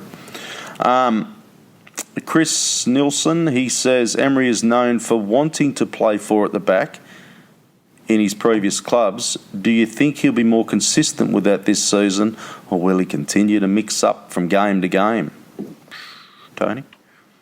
I personally think he'll keep changing it up. There was no reason to really change it up last year. I don't know if he wanted more defensive security, or if he wanted to get wing-backs higher up, because we're cut-back FC. And obviously wing-backs are naturally higher than full-backs. There was no real reason for it, so I can't imagine it changing. Tony M says, how much would you spend to secure Zaha? And if you could add any players to sweeten the deal, which ones would it be? Well, I said 80. Look, I don't think it'll go 80. I threw that number out there. Would I balk at him spending 80? No. Schwinn, who would you sweeten the deal with, mate? If you went, 60? What are we talking, 50 with a player? I'd give them 45 plus Mustafi. I think that's a fair deal. Mm-hmm. So total deal value of 30.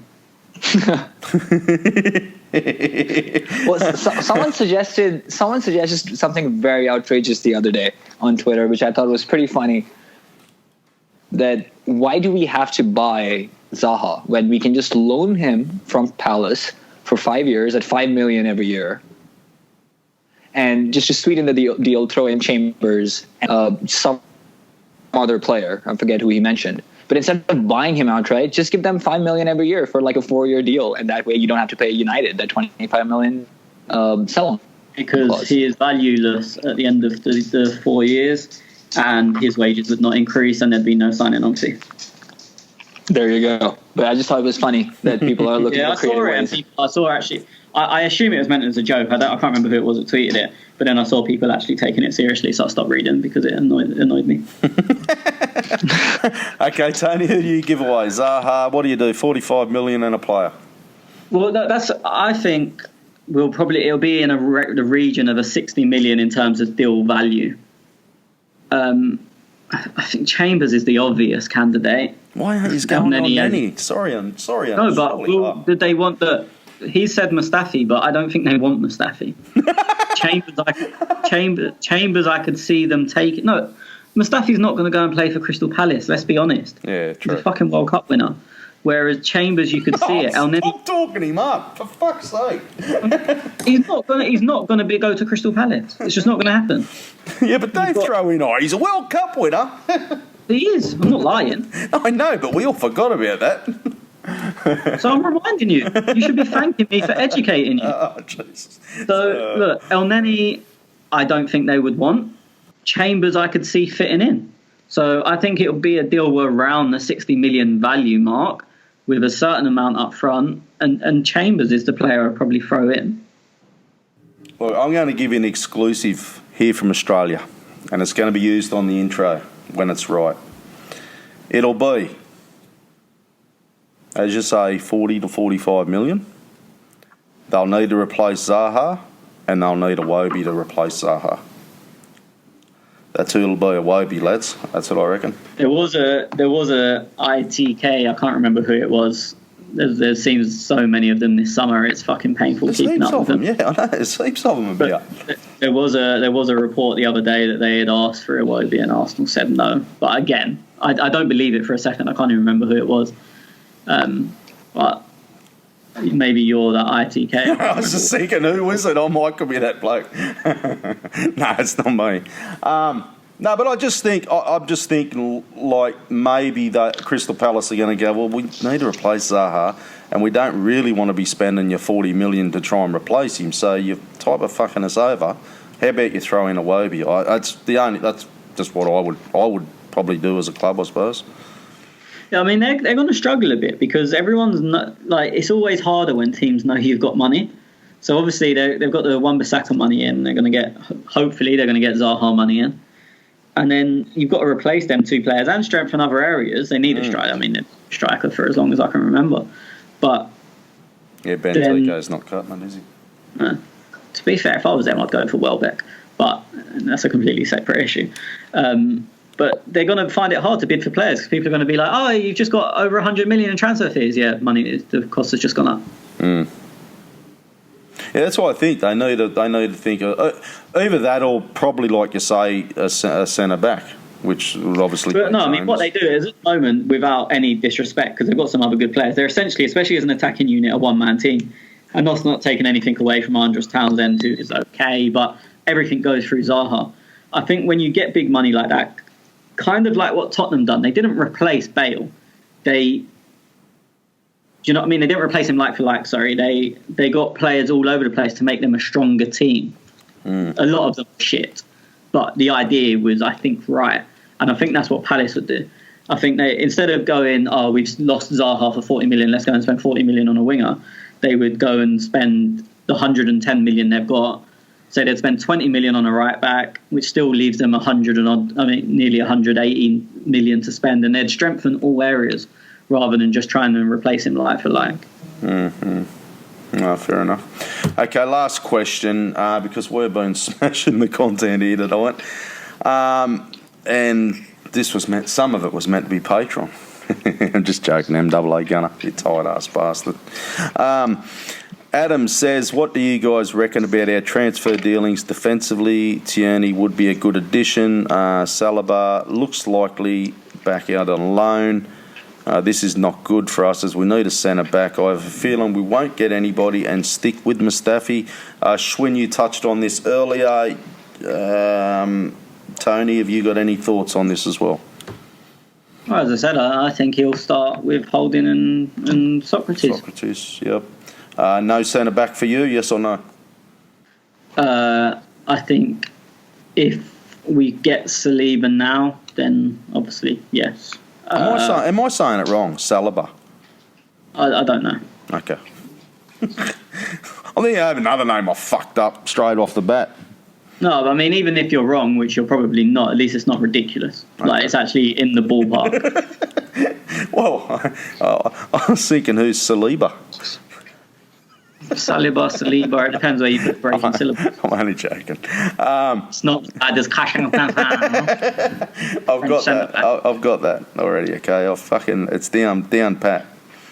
Only if you open the WhatsApp message. I'm just opening the WhatsApp now. Yeah, exactly. Schwinn, yes or no? We're getting a CB in. I don't think we are. Okay. Not this season. Again, might happen with Saliba the way it happens, but I don't think we'll get one. And I hope I'm proven wrong. Okay, so you said Saliba too, so okay, I'm wrong again. No worries. Righto, boys, that will probably wrap us up. Tony, you had a question. Yep. Yeah, so assuming Zaha and Tierney are brought, what's your start in 11? I did share one today on the WhatsApp, and it'll be very close to that. Yeah, I mean, our audience can't see that, mate. So it was Aubameyang up top. It was Lacazette in behind, Zaha. Now, Nelson, because he's coming back, so I would prefer Nelson to see what he's like just for the first couple of games. Mkhitaryan is, obviously Granit, Torreira, Bellerin on the right, Socrates holding, Tierney and Leno in goal. I pretty much agreed with that starting lineup, to be honest. Ebert? So difficult. I mean, even a formation. I mean, I'm still stuck on choosing a formation with the personnel we have. But I'll probably just go 4-2-3-1. Keep it simple. So who's the right? I mean, the right winger is the difficult one. If you're going to go 4-2-3-1, I'd put Zaha on the right, and I'd put Aubameyang on the left. Okay. See, I'm not comfortable at all with Nelson. I don't think he's anywhere near ready. Yeah, I would agree with that. You don't want to see him for a couple of games, though, boys? Like, you've made your mind up. Not the Premier League. I mean, I'd love to see him in some of the EFL Cup games, obviously pre-season, Europa League to an extent, depending on the quality of the opposition and the stage of the tournament. But not the Premier League. Not even against a throwaway team like Sheffield. Sorry to single them out, but not even against them. And also, you say trying for a few games. Our first 4 games, Newcastle away, never easy. Burnley at home will beat you up. Liverpool away, Tottenham at home. So what, you want to try him in them 4 games? It's going to kill the kid. Okay, I didn't look at the draw, right? To be fair to you, though, Taz, he should be center stage during the preseason. I mean, apart from the stars, of course, but he should be someone that we all should, definitely keep an eye out on, along with Martinelli, just to see what sort of progress, this kid's made ever since he left for Germany and did well there, and now it's come. So that obviously is going to, help us refine our opinion about him. And does anyone? I agree. Does anyone start Martinelli? Does he come in the equation? We don't know. Yeah. Probably not, especially, as I said, with the first 4 games being what they are. Even if he looks amazing in pre-season, you kind of think, probably not, just because they're 4 tough games and he's not used to the league. But we had tough games last season and Guendouzi got thrown in. So you can't answer that until we've actually seen him kick a football. And it's quite possible that he's someone that we're looking for the right. Maybe he's played on his left, on the left so far. But if he's someone that we consider for the right and he's our only option, because Aubameyang and Zaha don't want to play there or can't play there, then maybe he does make the starting 11. I think you've got to leave Zaha in his natural position as left wing, haven't you? I do see. Yeah, but with Lacazette and Aubameyang in the team, if you are playing a 4-2-3-1 and you're not playing 2 strikers up top, then how do you go about fixing that? Yeah. I wouldn't be amazed. I'm not saying I think it will happen. If we went 5 at the back, the 2 holding Torreira, Xhaka, and then said to them 3, of do whatever the fuck you want. I just stay up top, keep it wide, and as the ball comes to one of you, someone else makes a run and tries to, get their head off or something. It wouldn't amaze me, because then it's very hard to pick them up as well, and then it make doubling up on them very difficult. You'd get overlaps from wing backs. I don't think that'd be a bad way to go. I'd agree with that, yeah. And with 3 left backs that we seem to be eager to hold on to, maybe that is something that Emery looks to as an option against some of the bigger teams or some of the teams that do provide a threat coming forward. Could be a good option. The elephant in the room, Interesting. Ozil. None of us have. That's what I was just about to say. Not one of us have put Ozil. No. Well, yeah, I mean, look, I'd love to throw him in my starting 11, but you have to consider that it's just not working out. It's just not happening. And if you play a 5-2-3, something like what Tony just said, there's no room for Mesut Ozil in that. So, not an option, unfortunately. I worry about his season. I do. Just morale, draw, you know. Just going to draw a paycheck still. He's not going to give a shit about Emery. He's not going to play. Not going to play. He's still going to have fun, enjoy London, enjoy married life, draw a good paycheck, not give a fuck. Yeah, Fernando Torres done that at Chelsea for some years, didn't he? Got a Champions League holder. Yeah, it's interesting. Look, we will obviously, no doubt, you smashing on that bloody... Oh, no, that was another poll, Tony. We will no doubt talk about starting lineups closer to the season. But, yeah, once we know how it is going to pan out. That's about it, boys. We've gone for 2 hours, so that's us. Just one last thing before we go, because we haven't spoken about this. Can we talk about how beautiful the kit is? Oh, yeah, somebody asked us that, and we type of skipped straight over it. Yeah.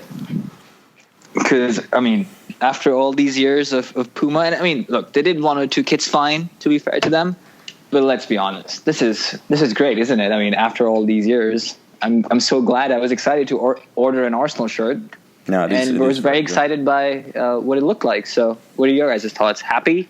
Satisfied? I really like the home kit. I think it's our best home kit in years. The away kit, I'm kind of a bit on. I know it's not traditional. I've always preferred blue away kits. I don't know why. I think my first ever kit was a blue away kit. So I don't know if it's some nostalgic bullshit. So I like the away kit, but I'm kind of a bit 50-50 on it. What's really pissed me off more than anything is Man City have moved to Puma, and their home kit's horrendous. Like, their away kit is fucking beautiful. And it's like... the black one. Yeah. Oh, yeah, it's a bit iffy on that, though. I really like it. It's not... It's so similar to what Czech was wearing in 2016-17, if you guys remember that black one. Well, I can't really. I mean, I think Puma's best kit for us was the black and pink, third shirt, I think it was. Yeah, it was the third shirt. I really like the golden and blue one that Puma did, I think second season into their time with us. Yeah, well, I mean, it's just annoying that they've gone to City straight away and produced a nice kit, and we had probably, what do we have, 4 years with them, so 12 kits, and I probably liked 3 of them. Yeah, that's being generous too. I didn't mind last year's. I didn't like the home kit last year. I didn't, but I liked the away kit. I didn't mind that too much. I think we wore about 3 times. No, not the away kit. The third kit. Sorry, there was a third. I thought the third kit was horrible. I hated. The mint one. That was so bad. And this stupid wave across, like, where did that come from? It's not a link to Puma. It wasn't a link to Arsenal. I didn't get it. Wait, a wave? On which one? On it was on the home and the fucking W thing that went through the middle of the kit. Oh, yeah. What are you doing? I remember seeing Arsenal did a video about, when the kit got launched, and there was some designer who designed the kit who walked in and was talking about why it was there. And I remember thinking to myself at that point that this does not need to be there. It was something to do with speed and precision. That's what the explanation was. And it's just corny and just not needed, in a home kit. Any kit. Or any kit, yeah. That pink one they launched here in Sydney that year, fuck, that was woeful.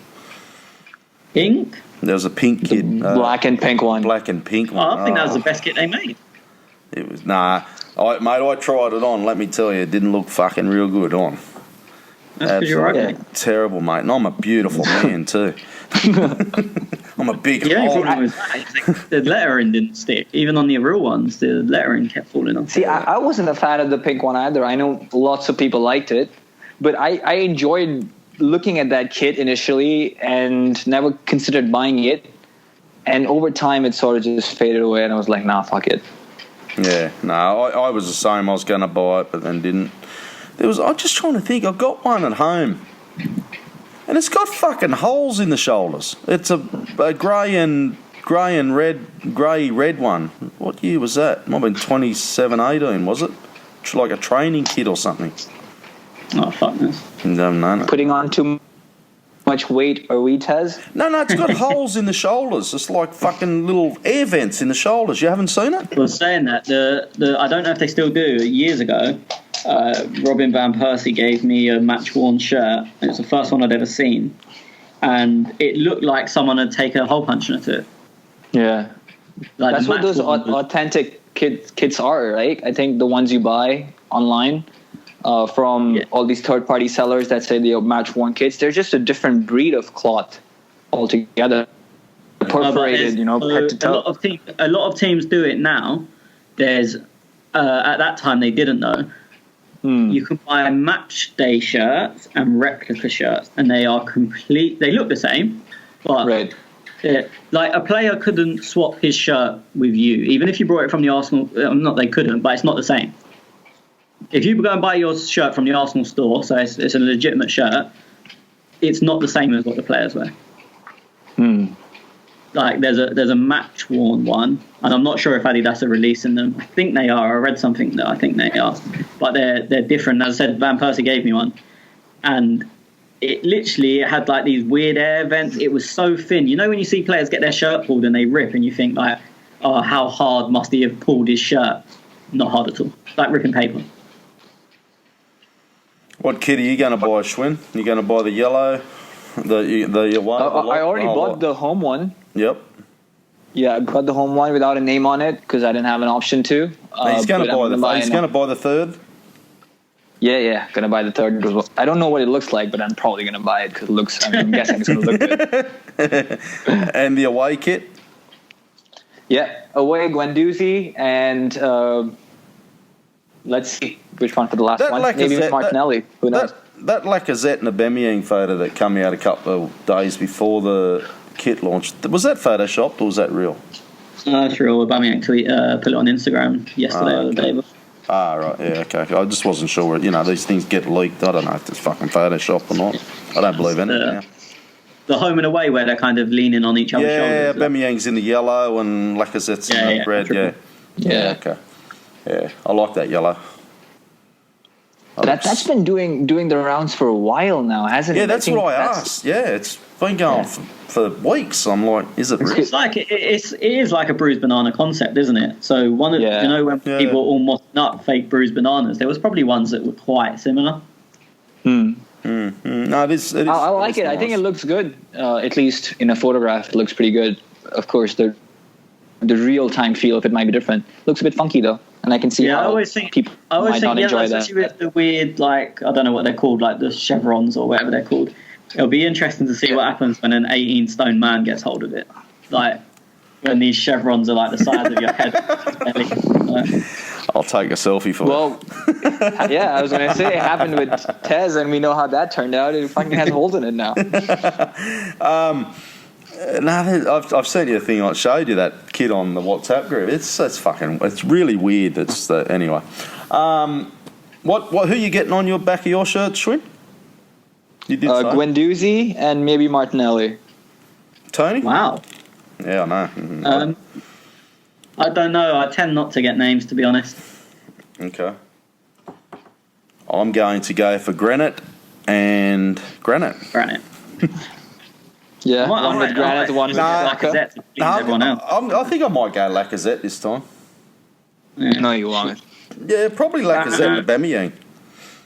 Oh, Mustafi. Oh, fuck yeah. I'm going to get Norwich Guna. Norwich Guna. Oh, you know what? I'm going to get one of them half and half ones. I love them shirts. You know, the half and half. I'm going to get a Tottenham and an Arsenal half and half. You can just buy the Juventus home kit that looks half and half. Oh, that's a fucking shit-looking kit, that is. The only thing I like about that kit is that red stripe that runs in the middle, but the fact that it's there is a problem. Mate, ever since they fucking released that shit logo, the big J, whoever's in part of their fucking marketing team, they are just shit. Their fucking kits are shit, their fucking logo is shit, the whole team's fucking shit. But they've done good. So So did you fun. get, They've done good business in the free transfer window. But yeah, we won't say about that. if you get a half and half for the name on the back, you might as well just get "I am a paedophile" because everyone's going to think it anyway. So you might as well just put it out there. Or you can just get Norwich Gunnar and people will know you're a pedophile. No, Yeah. I'm actually going to dress up in a little skirt and shave me legs, skip down the road with a skipping rope so I can catch a pedophile. That's what I'm going to do. Hero syndrome. Nah. Schwinn, I've got a story about Norwich Gunnar and Baku. It's quite funny. You'll enjoy it. We'll I'll keep tell you that what. for off air. Yeah. Yeah, well, no one else knows what Norwich Gunnar is. So. Okay, well, that'll And be knowing quite him, fun. this is probably something scandalous too. Right, let's get out of here. Let's go, because we fucking 2 hours and 10 minutes, we're still going on. If you want to continue listening to this conversation, cough up $1, you measly cunts. Because that's what it'll cost you patrons. Thank you, everybody, for listening. And hack on Larson. Do not worry, mate. It's all the exclusive stuff on Patreon, mate, so you'll be right. He was absolutely filthy, wasn't he? We're doing that. Anyway, thanks, guys. We'll be back again soon. We don't know when, but yeah, we will be back. And thank you for listening. Thank you for downloading. Follow us at @clockend_talk. Available on all good podcast apps, YouTube. There's a couple of things we're also available on. Radio Republic. I have no idea what that is, but I keep getting emails from them. And yeah, wherever you can find us. Thank you, guys. Thanks, Schwinn. Thanks, Tony. See us again soon. Cheers. Are you not entertained? Are you not entertained? Is this not why you are here?